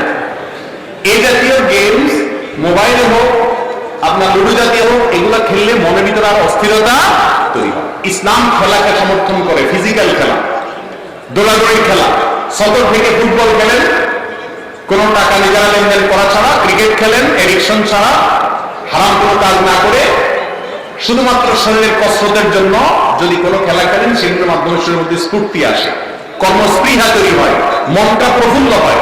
আধা ঘন্টা ফুটবল খেলেন কোনো হারাম লেনদেন ইত্যাদি ছাড়া, সকল হারাম বাদ দিয়ে ফুটবল খেলেন, খেলার পরে দেখবেন নিজের ভিতরে একটা ফ্রেশনেস অনুভব হবে। এই জন্য ফিজিক্যাল খেলা ইসলামে কি আছে? জায়েজ আছে, শর্ত সাপেক্ষে। আর এই জাতীয় পাবজি গেম, নামই হলো পাবজি। এখন কি কারণে পাবজি অজেত আসিয়ার নামের কারণ যায় না, তবে পাপ আছে শুরুতে, অতএব এটা হারাম না হারাম জিজ্ঞেস করার দরকার নেই। আর দ্বিতীয় কথা হলো যে এই যে পাবজি, ফ্রি ফায়ার, এই সমস্ত গেমগুলোর ভিতরে অনেক শিরকের উপাদান আছে। সব মিলিয়ে এটা কোনো মুসলমানের জন্য খেলা কি নাই? যুবক ভাইরা, সময় কাটানোর জন্য আপনারা গেম খেলেন, আমি জানি যে সময় কাটে না। আপনাদের হাতে এত সময়, যে সময় কাটানোর জন্য গেম খেলা লাগে। আর সাহাবায়ে কেরামের এত অল্প সময় ছিল যে রাসূলের কাছে বলতে, ইয়া রাসূলুল্লাহ কদ কাসুরা আমারু ইসলামে, কদ কাসুরা আলাইনা, ইসলামের এত কাজ ইয়া রাসূলুল্লাহ কখন আমরা করে শেষ করব, এটা সংক্ষেপ করে দেন। রাসূল আকরাম সাল্লাল্লাহু আলাইহি ওয়াসাল্লাম সংক্ষেপ করে বলে দিতেন। আর আমাদের হাতে এত সময় যে নামাজ পড়ে, রোজা রেখে, হজ যাকাত, প্রতিদিন এক পারা কোরআন তেলাওয়াত, ইসলাম শোনা শেখা সব করার পরে আরো এত হিউজ সময় যে পাবজি গেম খেলে সময়টা কাটাইতে পারে। আবার ঠিকও বলে, মাহফিলের ঠিকের কোনো ঠিক নাই। জি ভাই, এগুলো জানেন, এলাকার অধিকাংশ তরুণ প্রযুক্তির অপব্যবহারের কারণে এ ধরনের পর্নোগ্রাফিতে আসক্ত। আমরা প্রতিভা যুবক সমষ্টিগতভাবে বিষয়টি নিয়ে সাধ্য অনুযায়ী কাজ করছি। এবারে আপনার পরামর্শ, দিক নির্দেশনা কামনা করছি। পর্নোগ্রাফি নিয়ে পরামর্শ চাচ্ছেন ভাই, আমরা হস্তমৈথুন নিয়ে যে পরামর্শগুলো দিয়েছি সেই পরামর্শগুলোই এখানে রিপ্লেস করবেন, এবং অবশ্যই নেককার বন্ধুদের সাথে থাকবেন। বিশেষ করে যুবক ভাইদেরকে বলছি, যে বন্ধু আপনার হারাম থেকে বাঁচতে শিখে, খুব কঠিন, এবং সব এরকম যুবকের সংখ্যা খুবই কম। আল্লাহ বলেন, ইয়া আইয়ুহাল্লাযীনা আমানুত্তাকুল্লাহ ওয়া কুনু মাআস সাদিকিন, হে ঈমানদাররা তাকওয়া অবলম্বন করার তার উপায় হলো সত্যবাদী বা ভালো মানুষদের সাথে থাকা। অতএব এই পর্নোগ্রাফি থেকে দূরে সরে আসার জন্য ভালো পরিবেশ, নেককারদের সান্নিধ্য, ভালো মানুষদের সাথে থাকার কোনো বিকল্প হতে পারে। শেখ, আমি তো প্রশ্ন মাত্র শুরু করছি। দেন শেখ, ফাদ্দাল ফাদ্দাল ফাদ্দাল শেখ, ফাদ্দাল। আপনার আলোচনা শুনবেন না প্রশ্ন শুনবেন? প্রশ্ন দেখছেন আওয়াজ নাই, সবাই প্রশ্ন শুনবেন। এটা তো আপনি ফুসলে রাজি করেছেন। বসলে রাজি করলে তো হবে না। আচ্ছা যাক, সংক্ষেপে শেষ করি। কোন ব্যক্তি যদি অনেকের কাছে ঋণ চেয়ে ঋণ না পাওয়ার পর সুদের দ্বারস্থ হয়, তাহলে ওই সব মানুষ গুনাহগার হবে কিনা যাদের কাছে টাকা থাকার পরও ঋণ দেয় নাই? খুবই দরকারি একটি প্রশ্ন। ভাইরা, কেউ ঋণ চাইলো, আপনার কাছে টাকা আছে কিন্তু আপনি দেন নাই, বেচারা বাধ্য হইয়া সুদে ঋণ নিতে হয়েছে, তাহলে সেক্ষেত্রে আপনি গুনাহগার হবেন কিনা? উত্তর হলো, যদি ওই লোককে ঋণ না দেওয়ার কোন যৌক্তিক কারণ না থাকে, সম্পদের মোহে মায়ায় আপনি ঋণ দেন নাই, তাহলে তো আপনি অবশ্যই আল্লাহর কাছে কিছু না কিছু দায় আপনার থাকবে। তবে এর কারণে আপনি হারাম কাজ করেছেন এবং তার সুদের দায়ভারগুলো আপনাকে বহন করতে হবে এমন কোনো কথা নাই। কারণ ইসলামে ঋণ দেওয়াটাকে ফরজ করা হয়, কিন্তু ঋণ দেওয়া অনেক বড় ইবাদতের কাজ। কোন কোন ক্ষেত্রে কোন কোন হাদিসে আসছে যে দানের চাইতে পর্যন্ত বেশি সওয়াব হয় কিসে? ঋণ দিলে। কোন কোন এই জন্য ঋণের কালচারটা আবার ফিরে আসতে হবে। যে গ্রামে গঞ্জে সুদের বিশাল বড় প্রচলন, অহরহ প্রচলন, এগুলোর অন্যতম বড় কারণ হলো হালাল ঋণ দেওয়ার সিস্টেম আজ আমরা হুজুররা শুধু মাসালা বললে হবে না, মানুষকে হালাল ঋণ দেওয়ার সিস্টেম চালু করতে হবে প্রচলিত আইন এবং নিয়ম অনুসরণ করি। অতএব ব্যক্তিগতভাবে এক অন্যকে ঋণ দিতে সম্পদের মোহের কারণে অস্বীকৃতি জানানো উচিত। মুশকিল হলো ঋণ যে দিবে, ঋণ তো নিতে পারলে আর পাওনাদারকে চিনেও না, এরপরে এমন একটা ভাব যে ওই লোকটা যেন ভিক্ষা চাইতে আছে। এই লোকটা এখন আমাদের সমাজে ব্যাপক আকার ধারণ করেছে, তাই না? একটা হাদিস শুনেন, সহিহ বুখারীতে আছে, রাসূল আকরাম সাল্লাল্লাহু আলাইহি ওয়াসাল্লাম বলেছেন, খিয়ারুকুম আহসানুকুম খায়রুকুম আহসানুকুম তাবাআ। তোমাদের মধ্যে সবচেয়ে ভালো মানুষ হলো ওই ব্যক্তি যে ব্যক্তি বাকি নেওয়ার পরে, ঋণ নেওয়ার পরে সেটাকে পরিশোধ করার ক্ষেত্রে ভালো মানুষের পরিচয় দেয়। ওয়াদা কি? দোকান থেকে একবার বাকি দিতে পারলে আর ওই দোকানের সামনে দিয়া হাঁটে না, চিনি। এটা কোন মুসলমানের চরিত্র হতে। অতএব যারা ঋণ দেয় না তাদেরকে এককভাবে দোষ দেওয়া যাবে না। ঋণ নেওয়ার পরে তার বাহানা করা মাত্র নবীজি বলেছেন, যার দেওয়ার সামর্থ্য আছে তারপর ঘুরাঘুরি করে, এটা আরেক অবিচার। অতএব ভাইরা আমার, শুধুমাত্র নামাজ কালাম পড়া, টুপি লাগানো আর দাড়ি রাখা, এটার নাম ইসলাম না। এটা ইসলামের অনেক গুরুত্বপূর্ণ অংশ। ইসলামের অতীব গুরুত্বপূর্ণ অংশ হলো নিজের চরিত্র, লেনদেন, এগুলোকে ঠিক করা। অতএব ঋণ নিলে সময় মতো পরিশোধ যে করে তাকে নবীজি বলেছেন যে খায়রুকুম, সে তোমাদের মধ্যে উত্তম, আহসানুকুম তাবাআ। বিধায় শুধুমাত্র যে ঋণ দেয় নাই তাকে এককভাবে দোষ দেওয়া যাবে না। যারা ঋণ দেন তারাও পরিশোধ করার মানসিকতা থাকতে হবে। যিনি ঋণ দেন তিনিও আগ্রহে ঋণ দিতে হবে।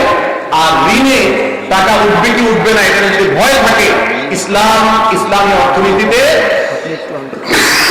ঋণদাতার জন্য গ্রান্টার হিসাবে বন্ধক রাখার পদ্ধতি চালু করেছে ইসলাম। তার থেকে কোনো কিছু বন্ধক রাখে না। টাকা দিতে অস্বীকৃতি জানলে ওই জিনিসটা যথানিয়মে এলাকার মুরব্বীদের মাধ্যমে বিক্রি করে টাকা উসুল করবে, তাহলে তো আর তার বন্ধ করার কি থাকে না, সুযোগ থাকে না। আর ঋণ দিলে লিখে নিবেন। আল্লাহ বলেছেন, তাদের বিদায় বক্তব্য লেনদেন করলে, ঋণের লেনদেন করলে কি করতে হবে? লিখিত করতে হবে। আজকে লিখিত করতে চায় না, বলে যে না মাথা খারাপ, আপনার সাথে যে সম্পর্ক আমার কি লিখবো লিখবো, এরপরে বেজাল লাগলে এবার বলবেন শুরু হয়। কোরআনের সবচেয়ে বড় আয়াত লেখা, সবচেয়ে বড় আয়াত হলো এই সম্পর্কে কোরআনে ঋণ লেখার ব্যাপারে। উপযুক্ত বয়সে ছেলে মেয়েকে বিবাহ না দিলে, এর ধরুন ছেলে মেয়ে কোনো অপরাধ করলে তার জন্য অভিভাবক দায়ী থাকবেন কিনা? অবশ্যই দায়ী থাকবেন। আল্লাহ রাব্বুল আলামিন কোরআনে কারীমে বলেছেন, তোমরা তোমাদের অধীনস্থদেরকে বিবাহ দাও। কেন? ইউগনিহিমুল্লাহু মিন ফাদলি, তোমরা বিয়ে দিলে আল্লাহ তাআলা তাদেরকে তাদের দারিদ্র কি করবেন? দূর করে দিবেন। মুরব্বীরা বিয়ে দেন না, বলে যে নিজের পায়ে নিজে দাঁড়াও। আমি সব সময় বলি, যুবক কি আরেকজন পায়ে দাঁড়ায় আছে নাকি? এরপর আমরা নিজের পায়ে দাঁড়ায়। আরে বাবা, ও তো নিজের পায়ে দাঁড়ায় আছে, মাশাআল্লাহ। নিজের পায়ে দাঁড়ানোর এটার ডেফিনিশন কি? এটা এক একজনের কাছে এক এক রকম। কারোর কাছে লক্ষ লক্ষ টাকার মালিক হলে তার বোঝা নিজের পায়ে দাঁড়াবে। মনে রাখবে, বিবাহ করার জন্য কি দরকার? মহারণা দেওয়ার মতো, মিনিমাম মহারণা দেওয়ার মতো কোনো যোগ্যতা থাকা, অর্থনৈতিক, এবং স্ত্রীকে ডাল ভাত খাওয়ানোর মতো ক্ষমতা থাকা। রিক্সা চালানোতে ডাল ভাত খাওয়ানো যায়, এইটুকু ক্ষমতা থাকলেই তার বিয়ে করা জায়েজ। আর এটারও তার ক্ষমতা নাই, সেও তার আজকাল মুরব্বীরা ছেলেদের মেয়েদের বিয়ে দিতে দেরি করতে করতে করতে করতে এত বেশি দেরি করে ফেলেন যে তারা তলে তলে অনেক হারাম সম্পর্ক করে। অবশ্যই এর দায়ভার মা বাবা এড়াতে পারবেন। বিবাহের অন্যতম উদ্দেশ্য হল চরিত্রের সংরক্ষণ, হেফাজত। অতএব চরিত্র যদি সন্তানের নষ্ট হয় মা বাবার অবহেলার কারণে, মা বাবা আরো পয়সা চায়, পয়সাওয়ালা চায়, তাহলে সেক্ষেত্রে অবশ্যই মা বাবা কি হবে? গুনাহ হবে। একজনের বিবাহিত স্ত্রী অন্যের সাথে পালিয়ে বিয়ে করলে জায়েজ হবে কিনা, এই প্রশ্ন করার কোনো প্রয়োজন নেই। জন্য শুরুতে বলেছি আসওয়ালু নিসফুল ইলম, আদর্শ প্রশ্ন জ্ঞানের অর্ধেক। এই প্রশ্ন তো করার দরকার নাই, আপনারা তো সবাই কম বেশ। একজনের বউ আরেকজনের বিয়ে করলে এটা জায়েজ হওয়ার কোনো কারণ থাকতে পারে? কোনো কারণ থাকতে পারে না।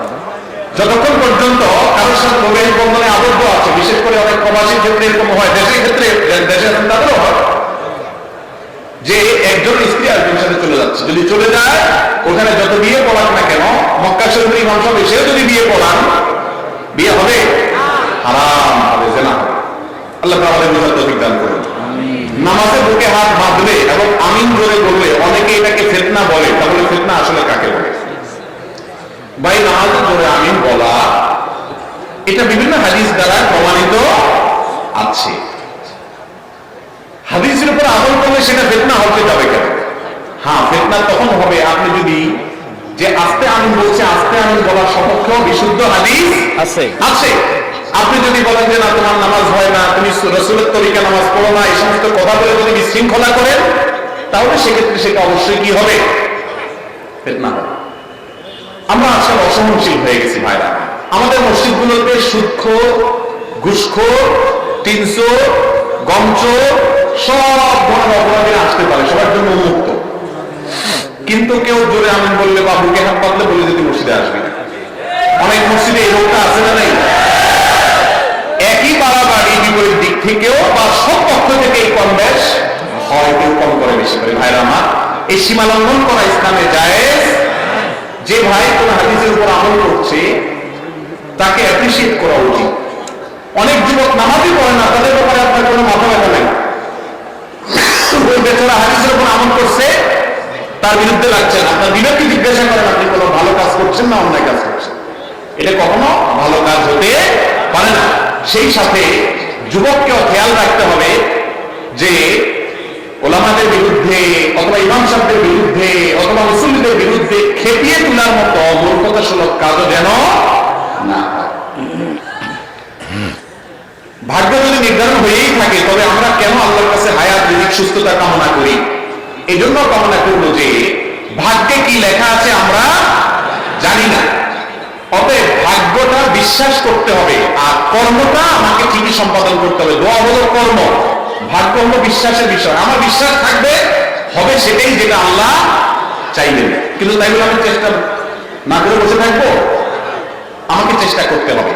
ভাগ্যের জায়গায় ভাগ্য বিশ্বাস করবে। একজন এক হুজুরকে এরকম ধরছে আটকানোর জন্য, বলে যে হুজুর ও নামাজ পড়ে না। বলে নামাজ পড়ো না কেন? বলে হুজুর আমি তো আসলে নামাজ পড়তে চাই, যেহেতু আল্লাহ হুকুম ছাড়া কিছুই হয় না, তো এই জন্য আমি আসলে মসজিদে যাচ্ছি না। আল্লাহ আমাদের নামাজে নেওয়ার মনে হুকুম নাই, আমার ভাগ্যে লেখা আছে আমি এখন শুয়ে থাকবো, এই জন্য আমি শুয়ে আছি। হুজুর বেচারা তো কোনো জবাব দিতে পারে নাই, নামাজের টাইম এসে চলে গেছে। পরে সকালবেলায় ও যখন উঠে প্যান্ট শার্ট করে হাঁটা দিচ্ছি, কলার ধরছে, কয় চান্দু কই যাস? কয় অফিসে যাই। কয় শো,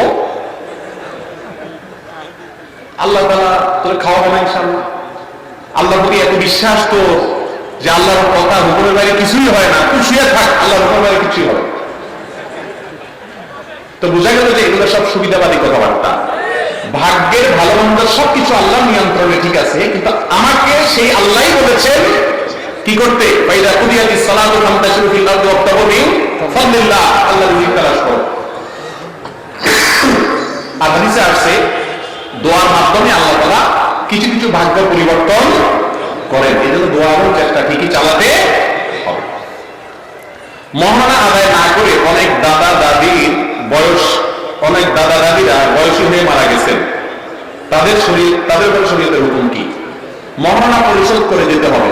স্ত্রীর মহানা ছাড়া যদি কেউ মৃত্যুবরণ করেন, কিয়ামতের দিন সেই স্ত্রী তার বিরুদ্ধে বাদী হয়ে আল্লাহর কাছে মামলা করবে, কারণ তার পাওনা অধিকার আদায় করেন না আপনি।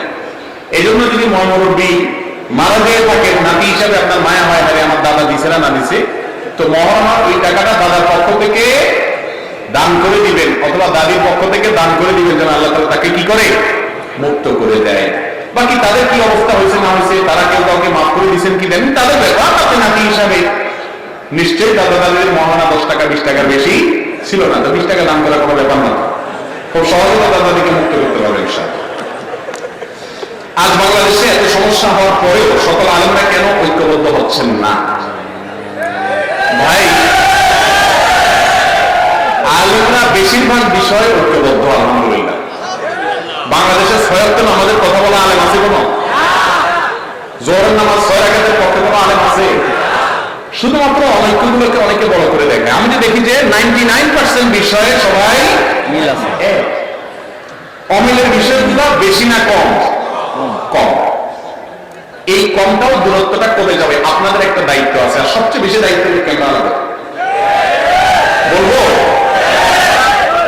কোথায় আমি কি ওয়াজ করলাম না করলাম, আমি কারণ নামও নেই নাই, ইশারাও দেয় না, আমার মাথায়ও নেই, ভিডিওটা এটা তার সাথে লাগাই দিলেন। কাজটা কি হালাল না হারাম? সবচেয়ে ওয়াজ বেশি শুনে ক্যামেরাওয়ালা, আর ওয়াজ শোনার পরে আবার এই যে আকাঙ্ক্ষা করেন আল্লাহর কাছে জবাব দিতে লাগবে কি লাগবে না বলেন? ওলামায়ে কেরামের একজনের সাথে আরেকজনকে বাঁধানোর জন্য ভক্তদের দায় অনেক বেশি। আমার ভক্ত, ওনার 14 গোষ্ঠী উদ্ধার করতেছে, আছে না নেই? ওনার ভক্ত আবার আমার 14 গোষ্ঠী উদ্ধার করতেছে। কিয়ামতের ময়দানে আল্লাহর কাছে যখন আপনি ধরা পড়েন, গালি দেওয়া কি হালাল কাজ না হারাম কাজ? আপনি যখন গালি দিলেন, ওনার ছবি বিকৃত করলেন, কিয়ামতের দিন আমি কি আল্লাহর কাছে যাই বলবো, আল্লাহ এটা আমার ভক্ত, আল্লাহ ও কিছু করবেন না, খবরদার ওর দিয়ে দেন, এরকম কথা? আপনার হুজুর নিজেদের উপরে থাকবে, আপনাদের প্রত্যেকে বাঁচাবে, নিজের আমল নিজেকে বাঁচাবে, আল্লাহর রহমত ইনশাআল্লাহ। অতএব ওলামাদের মধ্যে ঐক্য সৃষ্টি হোক যদি চান, কাউকে ভক্তি করেন ভালো কথা, অন্যের বিরুদ্ধে বিষোদ্গার করতে যাবেন সোশ্যাল মিডিয়াতে, ফেসবুকে, কোথাও লেখালেখি করবেন না, এটা আপনাদের দায়িত্ব। মানতে পারবেন ইনশাআল্লাহ? আর আমার ইউটিউবার ভাইরা বললেও লাভ হবে কিনা আল্লাহ জানে ভালো। আপনারা এই যে ভিডিও কাটাকাটি করা, ভাই ভিউ একটু বেশি হবে, কিন্তু আল্লাহর কাছে যাওয়া লাগবে না, সেটা মাথায় রেখে। অ্যাডসেন্স করে পয়সা হয়তো কয়েকটা বেশি পাবেন, বুঝলাম, কিন্তু এটা কারণে আল্লাহর কাছে জবাব দিয়ে করতে হবে কি হবে না? আল্লাহ আমাদেরকে সবাই তার ভয় ভালো করার তৌফিক দান করুন। আমিন আমিন। ফজরের আজানের আগে কোরআন তেলাওয়াত, দুরূদ শরীফ পড়া যাবে কিনা, বা গজল বলা যাবে কিনা, আজানের আগে কোনো কিছু বলার কোনো নির্দেশ ইসলামে? ইসলাম হলো মুহাম্মদ রাসূলুল্লাহ সাল্লাল্লাহু আলাইহি ওয়াসাল্লাম যেভাবে করতে বলেছেন সেটা করার নামই কি? মন গড়া কোনো কিছু করলে সেটার নাম কি হবে না? ইসলাম হবে। চট্টগ্রামের দিকে আছে যে আজানের আগে কি কি কথাগুলো বলে, এবং অনেক এলাকাতে আছে যে মুয়াজ্জিন সাহেব মাইকে আগে অনেক কিছু বলে। আপনি যত ভালো কাজই করেন না কেন, রাসূল কারীম সাল্লাল্লাহু আলাইহি ওয়াসাল্লাম যা করতে বলেন নাই সেটাকে যদি আপনি যোগ করেন, এটার নাম হলো বিদআত। এটার নাম কি? আর সকল বিদআতের ঠিকানা কোথায়? জাহান্নাম। এটা করা যাবে না। আজানের আগে কোনো কিছু বলতে হয় নাই, বলা হয় নাই, আজানের পরে দোয়া করবেন, দুরূদ করবেন। অবসর ভাতা সুদ হবে কিনা? অবসর ভাতা সুদ হতে যাবে কেন? অবসর ভাতা জায়েজ আছে, তবে অবসর ভাতাকে বিভিন্ন স্কিমে আপনি যদি লাগান সেটা সুদ হওয়ার প্রশ্ন আসতে পারে, কিন্তু অবসর ভাতা এটা সুদ নয়। বিবাহের পর একদিন সংসার করার পর জানতে পারলে সৎ ভাই বোন এখন ইসলামের বিধান কি, আর এটা তো আগে থেকে জানা উচিত ছিল, এটা ত্রুটি হয়েছে। যদি এটা পরে জানা যায়, সঙ্গে সঙ্গে বিচ্ছিন্ন হয়ে যেতে হবে, কারণ সৎ ভাই বোনের সাথে বিবাহ কি নাই? জায়েজ নাই।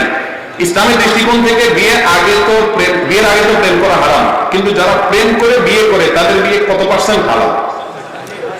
ভাই, এটা তো উত্তর আমরা দিয়ে ফেলেছি। তারপর শুধু এটুকু বলি যে বিবাহ যদি করে, অনেকে মনে করে আপনার কালো টাকা সাদা করার একটা সিস্টেম আছে না, তো মনে করে যে বিয়ে করার, প্রেম করার পরে বিয়ে করে ফেললে বোধ হয় আগের গুলো সব সাদা হয়ে যায়। না, এটা ভুল কথা। যদি বিয়ে করেন তাহলে বিয়ে করছেন ভালো কথা, কিন্তু আগে যে আকাম কুকাম করছেন সেটা বিয়ের কারণে মাফ হবে। জামাই বউ দুজন আল্লাহর কাছে চোখের পানি ফেলে মাপ চান আর লজ্জিত হন, নির্লজ্জের মতো হারাম কাজ করেছেন, আল্লাহর কাছে মাপ চাইতে হবে। বিয়ে করলে আগেরটা কি হয়ে যাবে না? হালাল হয়ে যাবে না, তা বিবাহ হয়ে যাবে, সমস্যা নেই। ধূমপানের ক্ষতি কি কি? ধূমপান করা কি হারাম? ধূমপান মানুষের স্বাস্থ্যের জন্য ক্ষতি করা, ইসলামের জন্য ক্ষতি করা কোনো কিছু মানুষের গ্রহণ করা, খাওয়া জায়েজ নাই। আল্লাহ বলছেন তাহলে নিজেদেরকে শেষ করিও না। ধূমপান এটা ক্ষতিকর কিছু নেওয়া জায়েজ নাই। জাযাকাল্লাহ খাইর। টাকা ফিক্স করে এসে বয়ান করাটা কতটা জায়েজ? আমি দেখি নাই প্রশ্নটা, দেখলে হয়তো উত্তর দিতাম না। বলে উত্তর কেন দিতেন না? কারণ হলো এই সমস্ত প্রশ্ন অনেক লম্বা কথা উত্তর দিতে আমার সময় নেই, তারপরে সংক্ষেপে বলি যে যে কাজে টাকা নেওয়া যায় সে কাজে চুক্তি করাও নাজায়েজ হলে নেওয়াও জায়েজ হবে না, চুক্তি করাও কি হবে না? জায়েজ হবে। মৌলিকভাবে ওয়াজ মাহফিলে আসার আগে টাকার চুক্তি করা, না দিলে ঝগড়াঝাটি করা, এটা কোনো আলেমের, ইসলাম প্রচারকের শান হতে পারে না। রাসূল আকরাম সাল্লাল্লাহু আলাইহি ওয়াসাল্লাম তো দ্বীন প্রচার করতে গিয়ে মাইর খাইছেন।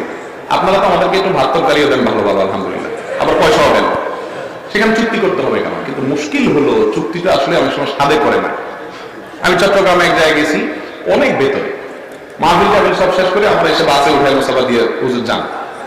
আরে ভাই বুঝলাম যাবো, আমার বাসের ভাড়া তো দিব, বাসের ভাড়া যদি না দেওয়া, আমার তো প্রতিদিন মাহফিলে দেওয়া লাগে, তো আমি বাজারে জমি এসে মাহফিল করবো নাকি? এখন মুশকিল হলো যে আয়োজকরাও অনেক সময় দায়িত্বশীল আচরণ করেন না, আবার আলেমরাও আলেমের শানের থেকে বাইর হয়ে যান, এটাকে পয়সা কামানোর মাধ্যম বানায় ফেলছে। এটা কখনো কোনো আলেমের শান হতে, আমি তো বলি যে এক জায়গায় কম দিলে আরেক জায়গায় একটু বেশি দিয়েছে, আলহামদুলিল্লাহ গড়ে সমান হয়ে যাবে, কিন্তু আয়োজকদেরও দায়িত্বশীল ভূমিকা রাখা উচিত। অনেক ওলামায়ে কেরাম দেখা যায় যে ওয়াজ মাহফিল করতে গিয়ে কয়েকদিন আগে কোন আলেম জানে গাড়ি অ্যাক্সিডেন্ট করে, নতুন গাড়ি শেষ হয়ে গেছে, সাদিক ভাই, সাদিক আল আজহারী সাহেব না, এরকম অনেক ওলামায়ে কেরাম আছে। মনে হাসান জামিল সাহেব একবার দেখলাম যে মাহফিল থেকে আসার সময় গাড়ি শেষ হয়ে গেছে, এটা গাড়ির দাম কত। তো এই জন্য মাহফিলের আয়োজকরাও দায়িত্বশীল ভূমিকা রাখা উচিত। মাহফিলের নাম দিয়ে লাখ লাখ টাকা উঠাইয়া হুজুরের কোন রকম বিদে ডাইকর ডাইকর বাকিগুলো বাজার করে নিয়ে নিলেন, অথবা বাকিগুলো দিয়ে অন্য কোনো কাজ করলেন। ভালো করে শুনে রাখেন, মাহফিল আয়োজকরা অনেক সময় টাকা উঠাইয়া, টাকা বাঁচায়, ইচ্ছাকৃত টাকা বাঁচাইয়া, লাগবে 2 লাখ উঠাইলেন 5 লাখ, বাকি 3 লাখ আপনি অন্যান্য তথাকথিত ভালো কাজ করলেন, এটা কিন্তু জায়েজ। হ্যাঁ, আপনি কার্পণ্য করলেন না, এরপরও কিছু থেকে গেছে, সেটা দিয়ে যে কোনো ভালো কাজ করতে পারেন, কিন্তু আপনি প্ল্যান করেছেন, মানুষ থেকে নিয়েছেন, মাহফিলের কথা বলে আপনার উদ্দেশ্য হলো 10 টাকা খরচ করে 20 টাকা বাঁচাবো, আমার অন্য কোনো টার্গেট আছে, এটা হলো প্রতারণা, এটা জায়েজ নাই। অতএব শুধুমাত্র হুজুরদের বিরুদ্ধে মাসালা ঢুকাই দিলেন, আয়োজকদের বিরুদ্ধে 2-4টা বলেন। আল্লাহ আমাদের সবাইকে আল্লাহর ভয় করলাম তৌফিক দান করুন। তবে এইভাবে টাকা হাঁকাইয়া এবং এটা নিয়ে বার্গেনিং করে, বাড়াবাড়ি করে ওয়াজ মাহফিল করা কোনো আলেমের শান হতে পারে না। আমি আপনার কাছে জানতে চাই, যারা বিভিন্ন কোম্পানির কাছ থেকে, ডাক্তাররা বিভিন্ন কোম্পানির কাছ থেকে নগদ টাকা উপঢৌকন গ্রহণ করার বিনিময়ে ওই কোম্পানির প্রোডাক্ট লিখেন, এটা শরীয়ত সম্মত কিনা? এই বিষয়ে আমাদের একটা ভিডিও আছে, দেখে নিতে পারেন। সংক্ষেপে শুধু এটুকু বলি, ডাক্তারদের জন্য ঔষধ কোম্পানির গিফট, টাকা পয়সা, বিভিন্ন সুবিধাদি, এগুলো গ্রহণ করা জায়েজ নাই। গ্রহণ করার একমাত্র পদ্ধতি হলো, নতুন একটা প্রোডাক্ট কোন কোম্পানি বের করেছে, ডাক্তারকে সেটা পরিচিত করার জন্য স্যাম্পল দিয়েছে, এটুকু জায়েজ হতে পারে। কিন্তু আমাদের দেশে যেটা হয় আমরা জানি, এই বিষয়ে আমি একটা ভিডিওতে কিছু কথা বলেছি, বলার পরে বাংলাদেশের একজন এনবিআর একজন কমিশনার, উনি আমাকে ফোন করে বলতেছেন, ভাই আপনার ভিডিওটা হয় নাই। বললাম কেন? বলে যে আপনি প্রকৃত অবস্থা যদি জানতেন আর কড়া করে বলতেন। উনি বললেন যে আমি এক ওষুধ কোম্পানির মালিককে ডাকে আনছি আমার অফিসে, এনে মায়ের ছাড়া বাকি সবকিছু তাকে দিছি, কারণ আমার ওয়াইফের একটা অ্যান্টিবায়োটিক কিনতে গেছি 95 টাকা করে। আমি খোঁজখবর নিয়ে দেখলাম যে ওইটা কস্ট মাত্র 15 না 20 টাকা, আর বাকিগুলো যায় হলো এই উৎকোচ ডাক্তারদেরকে এমনি সামনে দিতে দিতে, গরিব রোগীদের ক্ষতি হয়।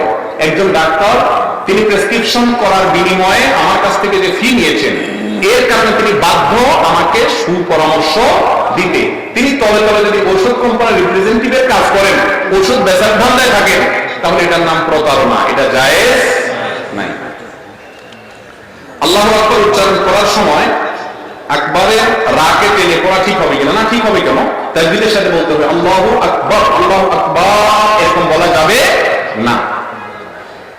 অনিচ্ছাকৃত হয়ে গেলে অসুবিধা নাই, কিন্তু শুদ্ধতা শেখার চেষ্টা করতে হবে। ইসলামের দৃষ্টিতে হালাল কোনো খেলাধুলা আছে কিনা, এটা আমরা বলেছি কোন খেলাধুলা হালাল হারাম।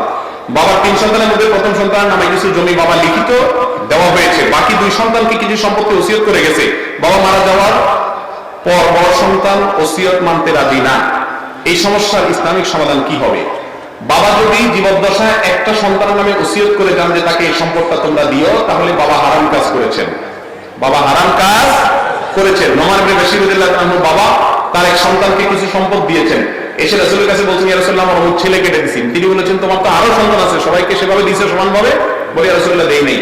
তখন বলেছেন, ইত্তাকুল্লাহ ওয়া আদিলু বাইনা আওলাদিকুম আও আবনাইকুম, আল্লাহকে ভয় করো এবং সন্তানদের ব্যাপারে ন্যায়নিষ্ঠ আচরণ। অনেক বাবা মা, বিশেষ করে গ্রামাঞ্চলে, ছেলে মেয়ে যাদের সাথে একটা লাইন গেট আছে, ওর নামে জমি কিছু লেখা দেয়, হারাম, কেমন তোমাদের আল্লাহর কাছে দাঁড়াইতে হবে। এমনকি যে ছেলে আপনার বেশি আদর করে, বেশি খেয়াল করে, ওর জন্য আপনি বেশি জমি লিখে দিবেন, সেটাও কি হবে না? জায়েজ হবে না। কারণ আপনার ঘরে জন্মগ্রহণ করার কারণে তার অধিকার হয়ে গেছে আপনার সম্পদে ভাগ পাওয়া। কেউ যদি আপনার সাথে সদাচরণ করে, আল্লাহর কাছে সে তো বিনিময় পাবে, কেউ করে না, সে শাস্তি পাবে। কিন্তু জমি আপনি দেওয়ার ক্ষেত্রে, সম্পদ দেওয়ার ক্ষেত্রে হেরফের করতে পারবেন না। অতএব বাবার এই ওসিয়ত মানা কোনো জরুরি না। রফিল আদান করা সুন্নাত, কিন্তু ইমাম সাহেব যদি রফিল আদান না করেন, মুক্তাদি রফিল আদান করেন, কোনো গুনাহ হবে কিনা? কোনো অসুবিধা নেই। ইমাম কোনো সুন্নাত না পালন করলে মুসল্লি যে করবেন এমন কোনো কথা নাই। জানাজায় দাঁড়িয়ে ইন্নী ওয়াজহাতু পড়া জায়েজ আছে কিনা? জানাজা বলতে জায়নামাজে বলা বলছেন। জায়নামাজে দাঁড়ানোর দোয়া হলো ইন্নী ওয়াজহাতু, এটা আমাদের দেশে প্রচলিত আছে। আমি বলি, ভাই, রাসূলের যুগে জায়নামাজই ছিল না, দোয়াটা কোথা থেকে? জায়নামাজ ছিল রাসূল সাল্লাল্লাহু আলাইহি ওয়াসাল্লামের যুগে, তাহলে দোয়া পড়া কোথা থেকে? ইন্নী ওয়াজহাতু, এটা হলো দোয়ায়ে ইস্তিফতাহ সানা। সুবহানাকাল্লাহুম্মার জায়গায় কি বলবেন? ইন্নী ওয়াজহাতু পড়বেন পারলে, কিন্তু জানাজাতে দাঁড়ানো কি নাই, আলাদা কোনো দোয়া নাই। এটা বুখারী কায়দাতে আছে বা বিভিন্ন বই পুস্তকে আছে, কোরআন হাদিসে কোথাও নাই। আমাদের দেশে মেয়ে বিবাহ দেওয়ার পরে বিভিন্ন সময়ে নানান ধরনের উপঢৌকন পাঠানো হয়, যেমন শীতের নাস্তা, কোরবানি, গরুর মাংস, মশলা ইত্যাদি। এগুলো সম্পর্কে কি বলবেন? মেয়ে বিয়ের পরে বিভিন্ন ধরনের উপঢৌকন পাঠানো হয়। দেখেন, আমি সবসময় বলি এই কথাগুলো, মেয়ে বিয়ের পরে যৌতুক নেওয়া, সেটা পিঠার নাম দিয়া হোক, ফলের নাম দিয়া হোক, এটা হলো সবচেয়ে বড় নির্লজ্জতা এবং নিকৃষ্ট ডাকাতি। নিকৃষ্ট ডাকাতি। ঠিক বলে জোগাড় দিয়া লাভ নাই। যুবকরা হিম্মত করেন, আমার বিয়েতে শ্বশুরবাড়ি থেকে কোনো সুতাও নেব না ইনশাআল্লাহ। মুরব্বীরা নিয়ে নিলে ফেরত দেন। মেয়ে থাকলে ফেরত দিয়ে দেন, সেই বলতেছেন, ভালো কথা বলছেন। মেয়ে থাকলে ফেরত দেন। দেখেন ভাইরা, আমার বিয়েতে আমার শাশুড়ি একটা ফ্রিজ দিয়েছেন, তখন 10,000 টাকা দামের একটা ফ্রিজ দিয়েছেন। আমার ওয়াইফকে আমি বলেছি, এটা আমি তো ঘরে ঢুকতেই দেবো, এটা ফেরত দিয়ে আসতে হবে। যাই হোক, অনেক জোরাজোরি করে এটা দিছে। আমি 3-4 বছর ব্যবহার করার পরে হাদিয়া দিছে, এখন কিছু করার নজর করে 3-4 বছর ব্যবহার করার পরে আমি 2009 সালে যখন সৌদি আরব চলে যাই, ওইটা আবার কৌশলে শাশুড়ির বাসায় দিয়ে আমি চলে গেছি। আগে দৌড় কালে দৌড়, আর ফেরত নেই। যুবকরা বা মুরব্বীরা অনেক সময় করে কি জানেন? মাসালা ঘুরায় নেয়। মেয়ে যখন বিয়ে দেয়, তখন এই মাসালাগুলো খুব বলে, ভালো করে বলে, ভিডিওটা খুঁজে দেখা দেয়, সব দেখেন তো কি বলছে।